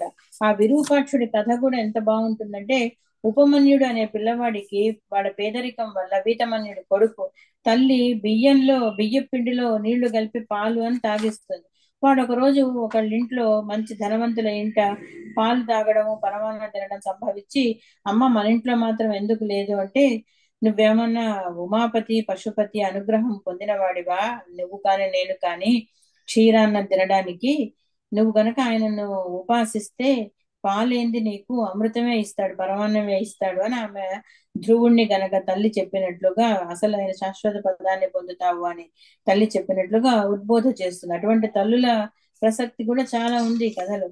అయితే అప్పుడు ఆయన పిల్లవాడు ఉపాసన చేయడము, ఆ విరూపాక్షుడు ఆయన ప్రసన్నమయ్యి క్షీరాన్నమే కాదు అమృతమే ఇవ్వడము, ఇవన్నీ మనం చూస్తాం. అంటే ఒక కథలో నుంచి ఒక కథ చెప్పుకుంటూ పోతే చాలా హృద్యమైనటువంటి సందేశాత్మకమైనటువంటి కథలు చాలా ఉన్నాయి. కానీ అవన్నీ రాసుకున్నాను కానీ ఇంకొక అరగంట గంట పైన అది ఒక హరవిలాసాన్ని చదివినట్టుగాను, ఒక కుమార సంభవాన్ని చదివినట్టుగాను, వామనుడి విశ్వరూపమే కాదు, ఒక రాక్షసుడు శుక్రాచార్యుడు సంజీవిని విద్య వల్ల చనిపోయిన రాక్షసుడు చనిపోయినట్టుగా మళ్ళీ పుట్టిస్తుంటాడు. ఆ బాధ చూడలేక శంకరుడు ఏం చేస్తాడు, ఆ శుక్రాచార్యుని గుటుక్కుని మింగేస్తాడు. మింగేస్తే ఆ శుక్రాచార్యులు కొన్ని సంవత్సరాలు అందులో ఆయన కడుపులో ఉండిపోతాడు. ఉండిపోయినప్పుడు ఎంత బ్రహ్మాండం ఉన్నది చూస్తాడు. ఎట్లా అయితే యశోద కృష్ణుడి నోట్లో బ్రహ్మాండాన్ని చూసిందో, శుక్రాచార్యులు హరుడి గర్భంలో బ్రహ్మాండాన్ని చూస్తాడు. అంటే ఒక విశ్వరూపాన్ని చూస్తాడు. మొత్తం శివుడిలోనే ఈ ప్రపంచం అంతా దాగి ఉన్నది అని తెలుసుకుంటాడు. కాబట్టి ఈ పురాణంలో ఎక్కడ తడిమి చూసినా కూడా భుజాన్ని కొట్టితే అందులో నుంచి నరుడు వస్తాడు. ఎవరికి సహాయం చేయడానికి? రుద్రుడికి సహాయం చేయడానికి. నారాయణుడు అడుగుతాడు రుద్రుడిని, నా ఎడం భుజం మీద కొట్టు అని. అట్లాగే రుద్రుడు తలుచుకుంటే ఒక మనిషి వస్తాడు. ఈ పని అయిపోయిన తర్వాత మళ్ళీ వాళ్ళు సూర్యుడిలోకో నారాయణలోకో శివుడిలోకో వెళ్ళిపోవడం. అంటే ఒకసారి కాదు, సృష్టి స్థితి లయలు ఈ 3 రూపాలలో బ్రహ్మ విష్ణు మహేశ్వరుల్లో అదేదో ఒక మట్టి ముద్ద ఉపాదాన కారణం లాగా మనం చూస్తాం. సృష్టిస్తారు, లయం చేసుకుంటారు, పని అయిపోతున్నాయి. అటువంటివి ఎన్ని త్యాగాలు, ఎన్ని యాగాలు, ఎంత ధ్యానము, ఎంత రక్తి, ఎంత ముక్తి, అణువణువున నిండిన కామాన్ని చూస్తాం. ఆ దారువనంలో శివుడు వెళ్ళిపోతూ ఉంటే మునిపత్నులందరూ ఆయన వెనకబడతారు మోహంతో. ఎట్లా అయితే గోపికలు వెంటబడతారో అట్లా. అప్పుడు ఆయన చాలా మునువులకు కోపం వస్తుంది. ఏం దీని ఇట్లా చేస్తున్నాడు అని చెప్పి ఆయన రాళ్లతో కొడతారు, హింసిస్తారు. ఆఖరికి అది లింగోద్భవ కారణమవుతుంది అనుకోండి, అది వేరే విషయము. ఆయన తన లింగాన్ని కూడా ఇక్కడ వదిలిపెట్టేసి మళ్ళీ ఉమాదేవితోటి వెళ్ళిపోతాడు. ఆ లింగాన్ని ఎత్తుక్కుంటూ బ్రహ్మ కిందికి, విష్ణు శివుడు పైకి ఊర్ధ్వలోకాలకు పోయాడు అని మళ్ళీ ఒక కథ ఉన్నది. అంటే ఆపాతాళ నభస్థలాంత భువన బ్రహ్మాండం ఆవిస్ఫురత్ అనే శ్లోకం చదువుతాము. ఆ శ్లోకం అంతా కూడా మనకు అందులో ప్రత్యక్షం అవుతుంది అనమాట. ఇంకా కొంచెం ఏహ్యంగా అనిపిస్తాయి. కుమార జననం అప్పుడు కూడా ఎంతమంది దేవతలు శివుడి వీర్యాన్ని భరించి కార్తికేయుడికి జన్మనిస్తారు. నా కొడుకు అంటే నా కొడుకు అని తగులాడుకున్నప్పుడు ఆయనే చెప్తాడు ఆయన ఎవరి కొడుకు అంటే, ఆయన 6 రూపాలు తీసుకొని 6 మంది దగ్గరికి వస్తాడు. ఆయనను మోసిన వాళ్ళందరి దగ్గరికి, శివుడు పార్వతి దగ్గరికి ఒక రూపంతో, శివుడి దగ్గరికి ఒక రూపంతో, అగ్నిదేవుడి దగ్గరికి ఒక రూపంతో, కృత్తికా నక్షత్రులకు ఒక రూపంతో, ఇట్లా ఆ కథలన్నీ చదివితే ఒక రకంగా కొంచెం మనకు మనసులో ఇదేంది పురాణం అంటే ఇదేనా అనిపిస్తుంది. కానీ కొంచెం అవి ఇచ్చినటువంటి అందించినటువంటి అర్థం గ్రహించగలిగితే అర్థం ఏంది, ఇక్కడ శివుడి యొక్క వీర్యాన్ని భరించగలగడానికి ఒక శక్తికి సరిపోలేదు కాబట్టి ఇంతమంది దేవతలు కలిసి ఆ తారకాసురుని సంహరించగలిగినటువంటి ఒక దేవసేనని పుట్టించాడు. స్కందుడంటే ఒకడు కాదు, సర్వదేవ సేన యొక్క సమూహం అన్నమాట. అంటే రాక్షసుల బలాన్ని ఎదుర్కోవడానికి బ్రహ్మ బలం అంత అవసరము అని చెప్పడానికి ఈ పురాణం చదివితే గనక అప్పుడు మనకు ఇది అంత ఏహ్యంగా అనాదరానికి గురి అవ్వదు. పురాణం ఈ రోజుల్లో చదివితే ఏముంది దానివల్ల లాభం ఏంటి అన్న ప్రశ్న చాలా మందికి వస్తుంది. అయితే దానికి సమాధానంగానే కొన్ని నేను ఇన్సిడెంట్స్ రాసుకున్నాను. చాలా అంశాలు ఉన్నాయి, కానీ అందులో లేని కామం లేదు. అణువణువులో కామం కనిపిస్తుంది, అణువణువున నిండిన బ్రహ్మము కనిపిస్తుంది. అహంకారం, మమకారం, దయ, నిర్దయ, పైశాచికత్వం, తిరుగుబాటు, హుంకరింత, అహంకృతి, సర్వశరణాగతి. తప్పులు చేస్తారు కానీ మళ్ళీ ప్రాయశ్చిత్తం కోసం అంత బ్రహ్మ కపాలం దొరికేంత మటుకు, ఆయన ఊడిపోయేంత మటుకు ఆ శివుడు తిరగడం చూస్తే చేతికి అంటుకున్నటువంటి కపాలం మనకు కూడా అంత ఇంపేషన్స్ వస్తుంది అనమాట. అంత బాధ అనిపిస్తుంది. ఎట్లా పోతుంది ఆయనకి బ్రహ్మహత్య అన్నట్టుగా తిరుగుతాడు ఆయన. అంత చంచలంగా తిరుగుతాడు, అంత ఉద్వేగంగా, భయంగా, బాధతో తిరుగుతాడు. సో ఇందులో లేని లేదు. ఎంత చెప్పినా కూడా శివుడు గొప్పనా విష్ణువు గొప్పనా అనడానికి వీల్లేనట్టుగా హరిహరాద్వైతాన్ని ప్రతిపాదించాడు. సృష్టి స్థితి లయలను, కన్ను తెరిస్తే సృష్టి, మూస్తే విలయం, అట్లా 1, 2 కాదు కొన్ని వందల అంశాలు ఉన్నాయి ఇందులో. ఇది ఎంతవరకు నేను న్యాయం చేయగలిగాను అనేది తెలియదు, కానీ నేను చదివినందుకు నాకు మాత్రం చాలా ఆనందం కలిగింది. నన్ను నేను అభినందించుకుంటున్నాను కూడా. ఎందుకంటే ఒక పురాణం చదవగలిగేటటువంటి సత్తా భగవంతుడు అమ్మా నాన్న రూపంలో నాకు ఇచ్చినందుకు గాను ఆ సర్వేశ్వరుడికి, అందరికీ, ఓపికగా విన్న మీ అందరికీ, మీ సహృదయతకు, అవకాశం ఇచ్చినటువంటి సంస్కృత అకాడమీ నిదేశకులకు, నమ్మకం ఉంచిన సంతోష్ జోషి గారికి, నా స్నేహితులకు, నా బంధువులకు, నా తోబుట్టువులకు, ఇక్కడ వాళ్ళు కూడా ఈ మాధ్యమంలో వింటూ ఉన్నారు కాబట్టి అందరికీ నమస్కారం చెప్తూ నేను సెలవు తీసుకుంటాను.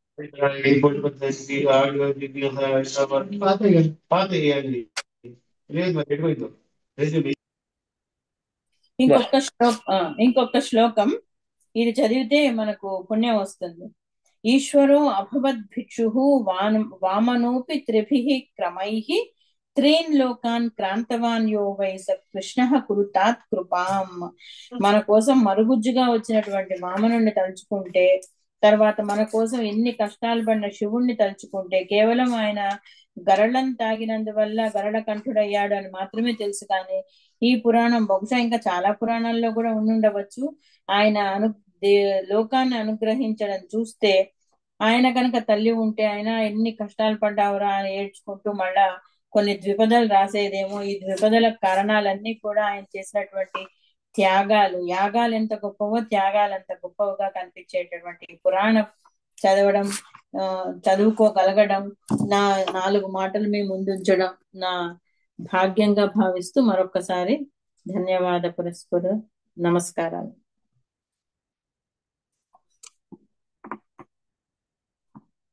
ఎవరన్నా ఏమన్నా సందేహం అంటే అంతా చెప్పగలను అన్న ధీమాతో కాదు, ఏమన్నా తప్పులు దొర్లితే నేను సవరించుకోవడానికి సంసిద్ధురాలిని అని విన్నవించుకుంటున్నాను.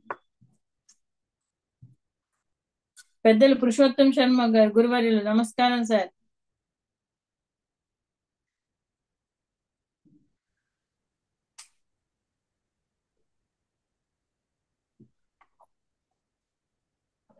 సార్ మ్యూట్ లో ఉంది సార్. మైక్ పైన నొక్కితే మాట్లాడడానికి అవకాశం.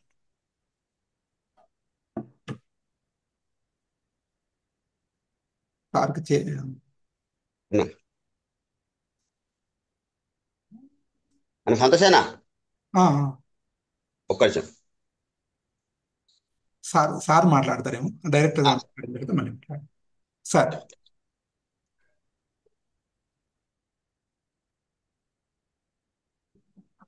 జోషి సార్, మేడం అయిపోయింది.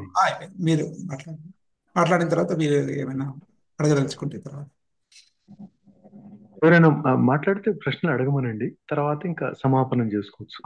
శ్రీనివాస్ గారు. అధ్యక్షుల వారికి, పెద్దలందరికీ నమస్కారం. మేడం వామనవతారం చాలా స్పష్టంగా విశదీకరించారు. గోరెంటల కాలేజీ వామన చరిత్ర జ్ఞాపకం వచ్చింది ధర్మపురి గోరెంటల కళాశాలలో.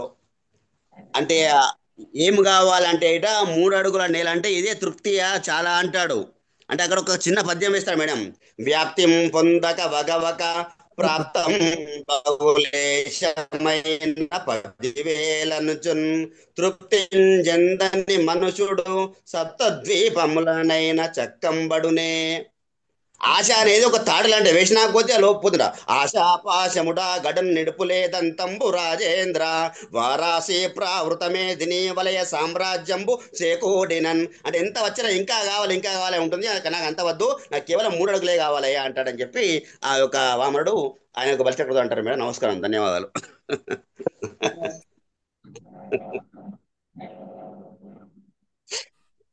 చాలా సంతోషం అండి. మనకు ఈరోజు ఇంతటి చక్కటి వ్యాఖ్యానాన్ని వెలువరించిన ఆచార్య రమాదేవి మేడం గారికి కృతజ్ఞతలు. సో మనం అందరం విన్నాము దగ్గర దగ్గర 1.5 గంటన్నర. సో వామన పురాణం, అందులో ముఖ్యంగా అది ఎలా మొదలైంది, దాని స్వరూపం ఏంటి, దాంట్లోని ముఖ్యమైన ఆఖ్యానాలు అవన్నీ వివరిస్తూ చాలా బాగా చెప్పారు. సో వామనము అనే దాని గురించి వామయతి అని కూడా చెప్తారు. కాశ్మీర తంత్రంలో వమ అంటే స్ఫూర్తి, ప్రకటనము అని ఒక అర్థం ఉంది. అన అనేది కూడా ఒక ధాతువు, దాని నుంచి శ్వసించడము, ప్రాణించడము అని కూడా ఒక అర్థం ఉంది. సో ఈ 2 జోడించి వామన అనే దాని గురించి వాళ్ళు వేరొక రకంగా అర్థాన్ని చెప్తారు, సోమానందుడు మొదలైన వాళ్ళు. సో ఇక్కడ అసలు మనం ఆలోచిస్తే వామన అనేది ఎలా వచ్చింది అని అనుకుంటే, అసలు అంతా తానై ఉన్న ఆ ప్రకటనకి ముందు తానున్న రూపం ఏంటి, తాను ప్రకటింపబడిన స్థితి ఏంటి అని గమనిస్తే మనకు పాదోస్య విశ్వ భూతాని త్రిపాదస్యామృతం దివి అన్న దగ్గర అసలు తాను మొత్తమే, కానీ పాదోస్య విశ్వభూతాని త్రిపాత్ అస్య అమృతం దివి, అసలు మొత్తంగా ఉన్న దాంట్లో ఒక భాగం మాత్రమే ఇప్పుడు ప్రకటింపబడిన విశ్వమంతా. ప్రకటింపబడని ఒక తత్వము తానుగా ఉన్నది, అది అసలు త్రిపాత్ అస్య అమృతం దివి అని. అది చాలా విస్తృతంగా తానుగా ఉన్నది అని ఒక తత్వాన్ని చూపించడానికి ఈ రకరకాల ఉదాహరణలతో, రకరకాల ఆఖ్యానాలతో, రకరకాల పురాణాల రూపంలో, ఉపనిషత్ రూపంలో ఆ పరతత్వాన్ని గురించి చెప్పదలిచిన ప్రయత్నం, అది మన పెద్ద విస్తృత విపుల వాంగ్మయం. కాబట్టి ఈ పురాణాలలో వచ్చిన కథలు కానివ్వండి, పురాణాల్లో చూపిస్తున్న మన వ్రతచర్యలు కానివ్వండి, ఇవన్నీ కూడా మనకు ఆ పరతత్వానికి దగ్గరగా మనల్ని తీసుకెళ్ళడానికి ఉపదేశాలుగా మనం భావించాలి. అందుకోసమనే మనం మొదటి రోజు అనుకున్నాం, ఇతిహాస పురాణాభ్యాం వేదం సముపబ్రహ్మయే. వేదంలో చెప్పబడుతున్న ఆ పరతత్వం, దాన్ని మనకు దగ్గరగా చూపించడానికి ఈ ఇతిహాస పురాణాలు ఆఖ్యానాలు, ఉపాఖ్యానాల రూపంలో రకరకాల ప్రయత్నాలు చేస్తాయి. కానీ కొంతమంది సంత మహాత్ములు వాళ్ళ రచనల్లో అంటారు, అంటే వేదం కూడా స్వయంగా ఎవరిని గూర్చి చెప్పలేక మౌనాన్ని వహించిందో, ఆ పరతత్వాన్ని గురించి శబ్ద రూపంలో ఏం చెప్పగలను అని చాలా మంది అన్నారు ఆ మాట. సో ఇది ఎంత విస్తృత వాంగ్మయమైనా కూడా నిజంగా పరతత్వాన్ని సరిగ్గా చెప్పగలదా అంటే పెద్ద సందేహమే మనకు. అంటే ఒకటి మన తంత్రశాస్త్రాలు చెప్పినట్టుగా, ఒకటి యోగ ఖండము, రెండవది ఆచార ఖండము, మూడవది తత్వఖండము. సో ఈ భాగాల్లో ఏం చేస్తారంటే, మనల్ని మనం సిద్ధపరుచుకొని మనం ఒక తత్వానికి దగ్గరగా వెళ్ళే మార్గం ఏంటి అని ఈ శాస్త్రాలన్నీ మనకు చూపిస్తాయి. అప్పుడు అది జ్ఞేయంగా ఉంటుంది. దూరం నుంచి చూపించినంత కాలం అది జ్ఞేయమే. జ్ఞేయం ఎత్తత్ ప్రవక్ష్యామి యజ్ఞాత్వ అమృతముష్ణుతే అనాదిమత్ పరంబ్రహ్మ నసత్తన్ ఆసదుచ్యతే అని భగవద్గీతలో కూడా చెప్పినట్టు. అయితే ఆ ప్రవాసంలో దాన్ని జ్ఞేయంగా ముందు నిలుపుకొని మనం మన జీవితాన్నంతా ఒక సాధనగా నడుపుతున్నప్పుడు ముందరికెళ్లే మార్గాన్ని చెప్పడానికి మన వాళ్ళు యోగము, ఆచారము ఇవన్నీ చూపించారు. దీన్ని మనం సరిగ్గా పట్టుకొని మన జీవితంలో ముందుకు వెళుతూ వెళుతూ ఉండగా మనకది జ్ఞేయం కాదు, ఇంకా ఇప్పుడు జ్ఞానం అయిపోతుంది. జ్ఞేయమే తాను జ్ఞానంగా అయిపోతుంది.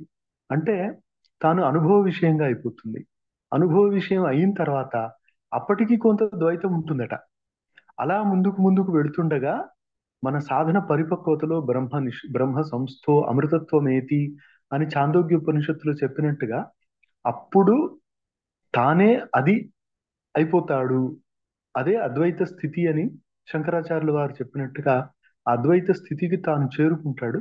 అప్పుడు తనకు ఆ జ్ఞేయం అనే దానికి ఏ భేదం లేనందువల్ల, తానే అది అయినందువల్ల అది పరమస్థితి, అమృత స్థితి అని చెప్పారు. సో రమాదేవి మేడం గారు చాలా చాలా జాగ్రత్తగా అక్కడ అవసరమైన విషయాల్ని వదలకుండా వాటిని జోడిస్తూ, అసలు ఈ లింగావతారం ఏంటి, ఈ ఈ త్రిమూర్తులకు వచ్చిన వివాదం ఏంటి, కానీ ఇప్పటి తరం వాళ్ళు పురాణాల భాషను అర్థం చేసుకోకుండా అది కేవలం స్థూలార్థము, వాచ్యార్థం తీసుకోవడం వల్ల దాంట్లో వ్యంగ్యము, ఏహ్యము, జుగుప్సాకరము అనేవి కనపడుతున్నాయనే భ్రమలో ఉన్నారు. కానీ వాళ్ళు వాటిని సరిగ్గా అర్థం చేసుకోవాలి. పురాణాల్లో కానివ్వండి, తంత్రశాస్త్రంలో కానివ్వండి, యోని, లింగము, ఇట్లాంటి వీర్యము, ఇట్లాంటి అర్థాలు ఉంటే అవి మనం వాడే అర్థంలోనే ఉంటాయని మనం గ్రహిస్తే అది చాలా చాలా తప్పు. వాటిలో సంస్కృతం తెలిసిన వాళ్ళకి ఏమి ఇబ్బంది ఉండదు, తెలియని వాళ్ళకి ఇబ్బంది. ఏమంటే లింగము అంటే గుర్తు, యోని అంటే కారణము, వీర్యం అంటే శక్తి, సామర్థ్యము. ఈ అర్థాలు ఉన్నందువల్ల వాటిని తెలియని వాళ్ళు ఏహ్యమైన అర్థాన్ని మాత్రమే తీసుకొని వాటిని ఖండించడం, వాటి మీద విమర్శలు చేయడం చాలా చాలా దురదృష్టకరం. అందుకోసమనే శంకరుడి లింగం ఏదో వీర్యం పడిపోయింది, శంకరుడి లింగం ఎంత ఆ దాని మూలాన్ని అంతాన్ని వెతకడానికి వీళ్ళు వెళ్ళారు అంటే నిజమే. నా స్థానతోపి పరస్య లింగం సర్వత్ర హి అని ఒకటి 3వ అధ్యాయంలో 2వ పాదంలో ఒక సూత్రం వస్తుంది. నా స్థానతోపి పరస్య ఉభయలింగం అని. అది ఉభయలింగ అధికరణం అని శంకర భగవత్పాదులు వ్యాఖ్యానించారు. అక్కడ ఏమంటారంటే అసలు మన ఉపనిషత్తుల్లోనే ఉభయలింగత్వం ఉంది. అంటే సగుణ నిర్గుణ పరకమైనటువంటి వాక్యాలు ఉన్నాయి. మరి ఏది మనం గ్రహించాలి, సగుణమా నిర్గుణమా అనే వాదం వచ్చినప్పుడు శంకర భగవత్పాదులు అది స్పష్టంగా బ్రహ్మ నిర్గుణమే, వ్యక్తమైన జగత్తు మాత్రమే సగుణము అని చెప్పారు కదా. కాబట్టి లింగం అంటే గుర్తు. స్త్రీ అని గుర్తించడానికి ఉన్నది స్త్రీలింగం, పురుషుడు అని గుర్తించడానికి ఉన్నది పుల్లింగము అని ఇట్లా మనం లింగము అంటే గుర్తుగానే చెప్తాము. న్యాయశాస్త్రంలో అనుమాన ప్రమాణంలో హేతువును కూడా లింగం అని అంటారు. అంటే లీనం అర్థం గమయతి అంటే అవ్యక్తంగా గుప్తంగా ఉన్న ఒక అర్థాన్ని చూపించేది, అది లింగం అని. అట్లాగే యోని శబ్దానికి కూడా ఇప్పుడు మన వాళ్ళు అనుకుంటున్నట్టుగా స్త్రీ జననేంద్రియం కాకుండా ఏ కారణమైనా యోని అని. అందుకే బ్రహ్మసూత్రాల్లో శాస్త్ర యోనిత్వాత్ అని, శాస్త్రం యోనిహి యస్య తద్ బ్రహ్మ అనో, శాస్త్రస్య యోనిహి తద్ బ్రహ్మ అని కూడా ఉభయ రకంగా శంకర భగవత్పాదుల భాష్యం ఉంది. కాబట్టి శాస్త్రయోని అంటే శాస్త్రమే ఎవరిని చూపించగలదో అతను శాస్త్రయోని అని. ఇది మనకు జ్ఞానేశ్వరిలో కూడా వస్తుంది 13వ అధ్యాయంలో. వాళ్ళు ఏమంటారంటే మనోనిగా శృతి ద్వైత భావే అద్వైతి నిరూపణాచి వాహతి వాటకేలి అనే ఒక చోట జ్ఞానేశ్వర్ మహారాజ్ అంటారు.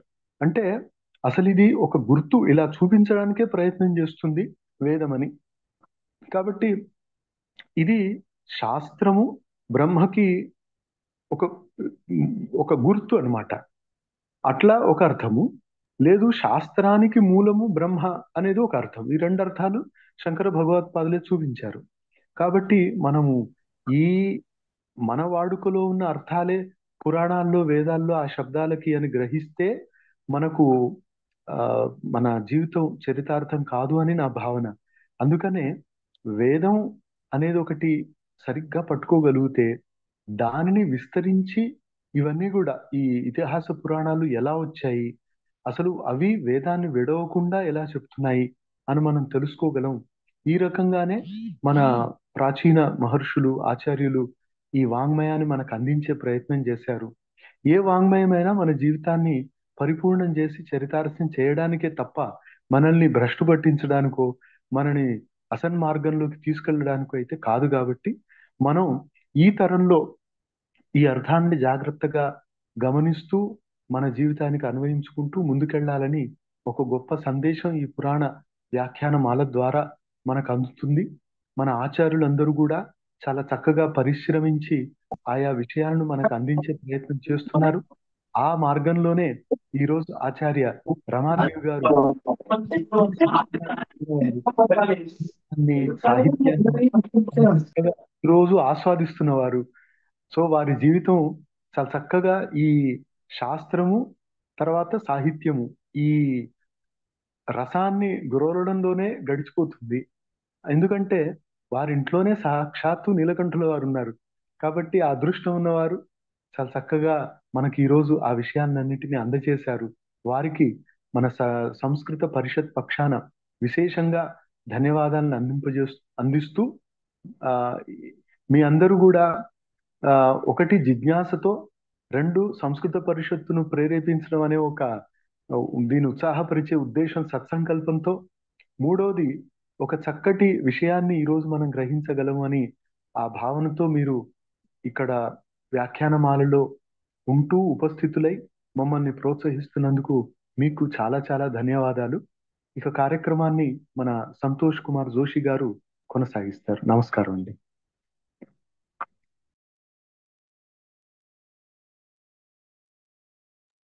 నీలకంఠ సార్, ఇంకా ఎవరైనా ఏమైనా మాట్లాడాలనుకున్నారు సార్? మాట్లాడతారు. అగ్రే నైతు అగ్రే. ఇంకా ఎవరైనా ఏమైనా? నమస్కారం, నా పేరు గోపాలకృష్ణ. అవును, చెప్పండి. అంటే జనరల్ గా వామన పురాణం అంటే చాలా మందికి ఓన్లీ వామనుడి కథ తప్ప మిగిలినవి పెద్దగా తెలియవు, అంటే పూర్తిగా చదవని వాళ్ళకి.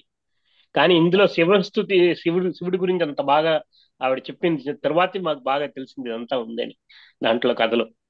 వామన పురాణంలో శివుడి గురించి అంత పెద్దగా ఉందని మాకు ఇంతవరకు తెలియదు. సో దాంతో చాలా ఆనందం కలిగిందండి.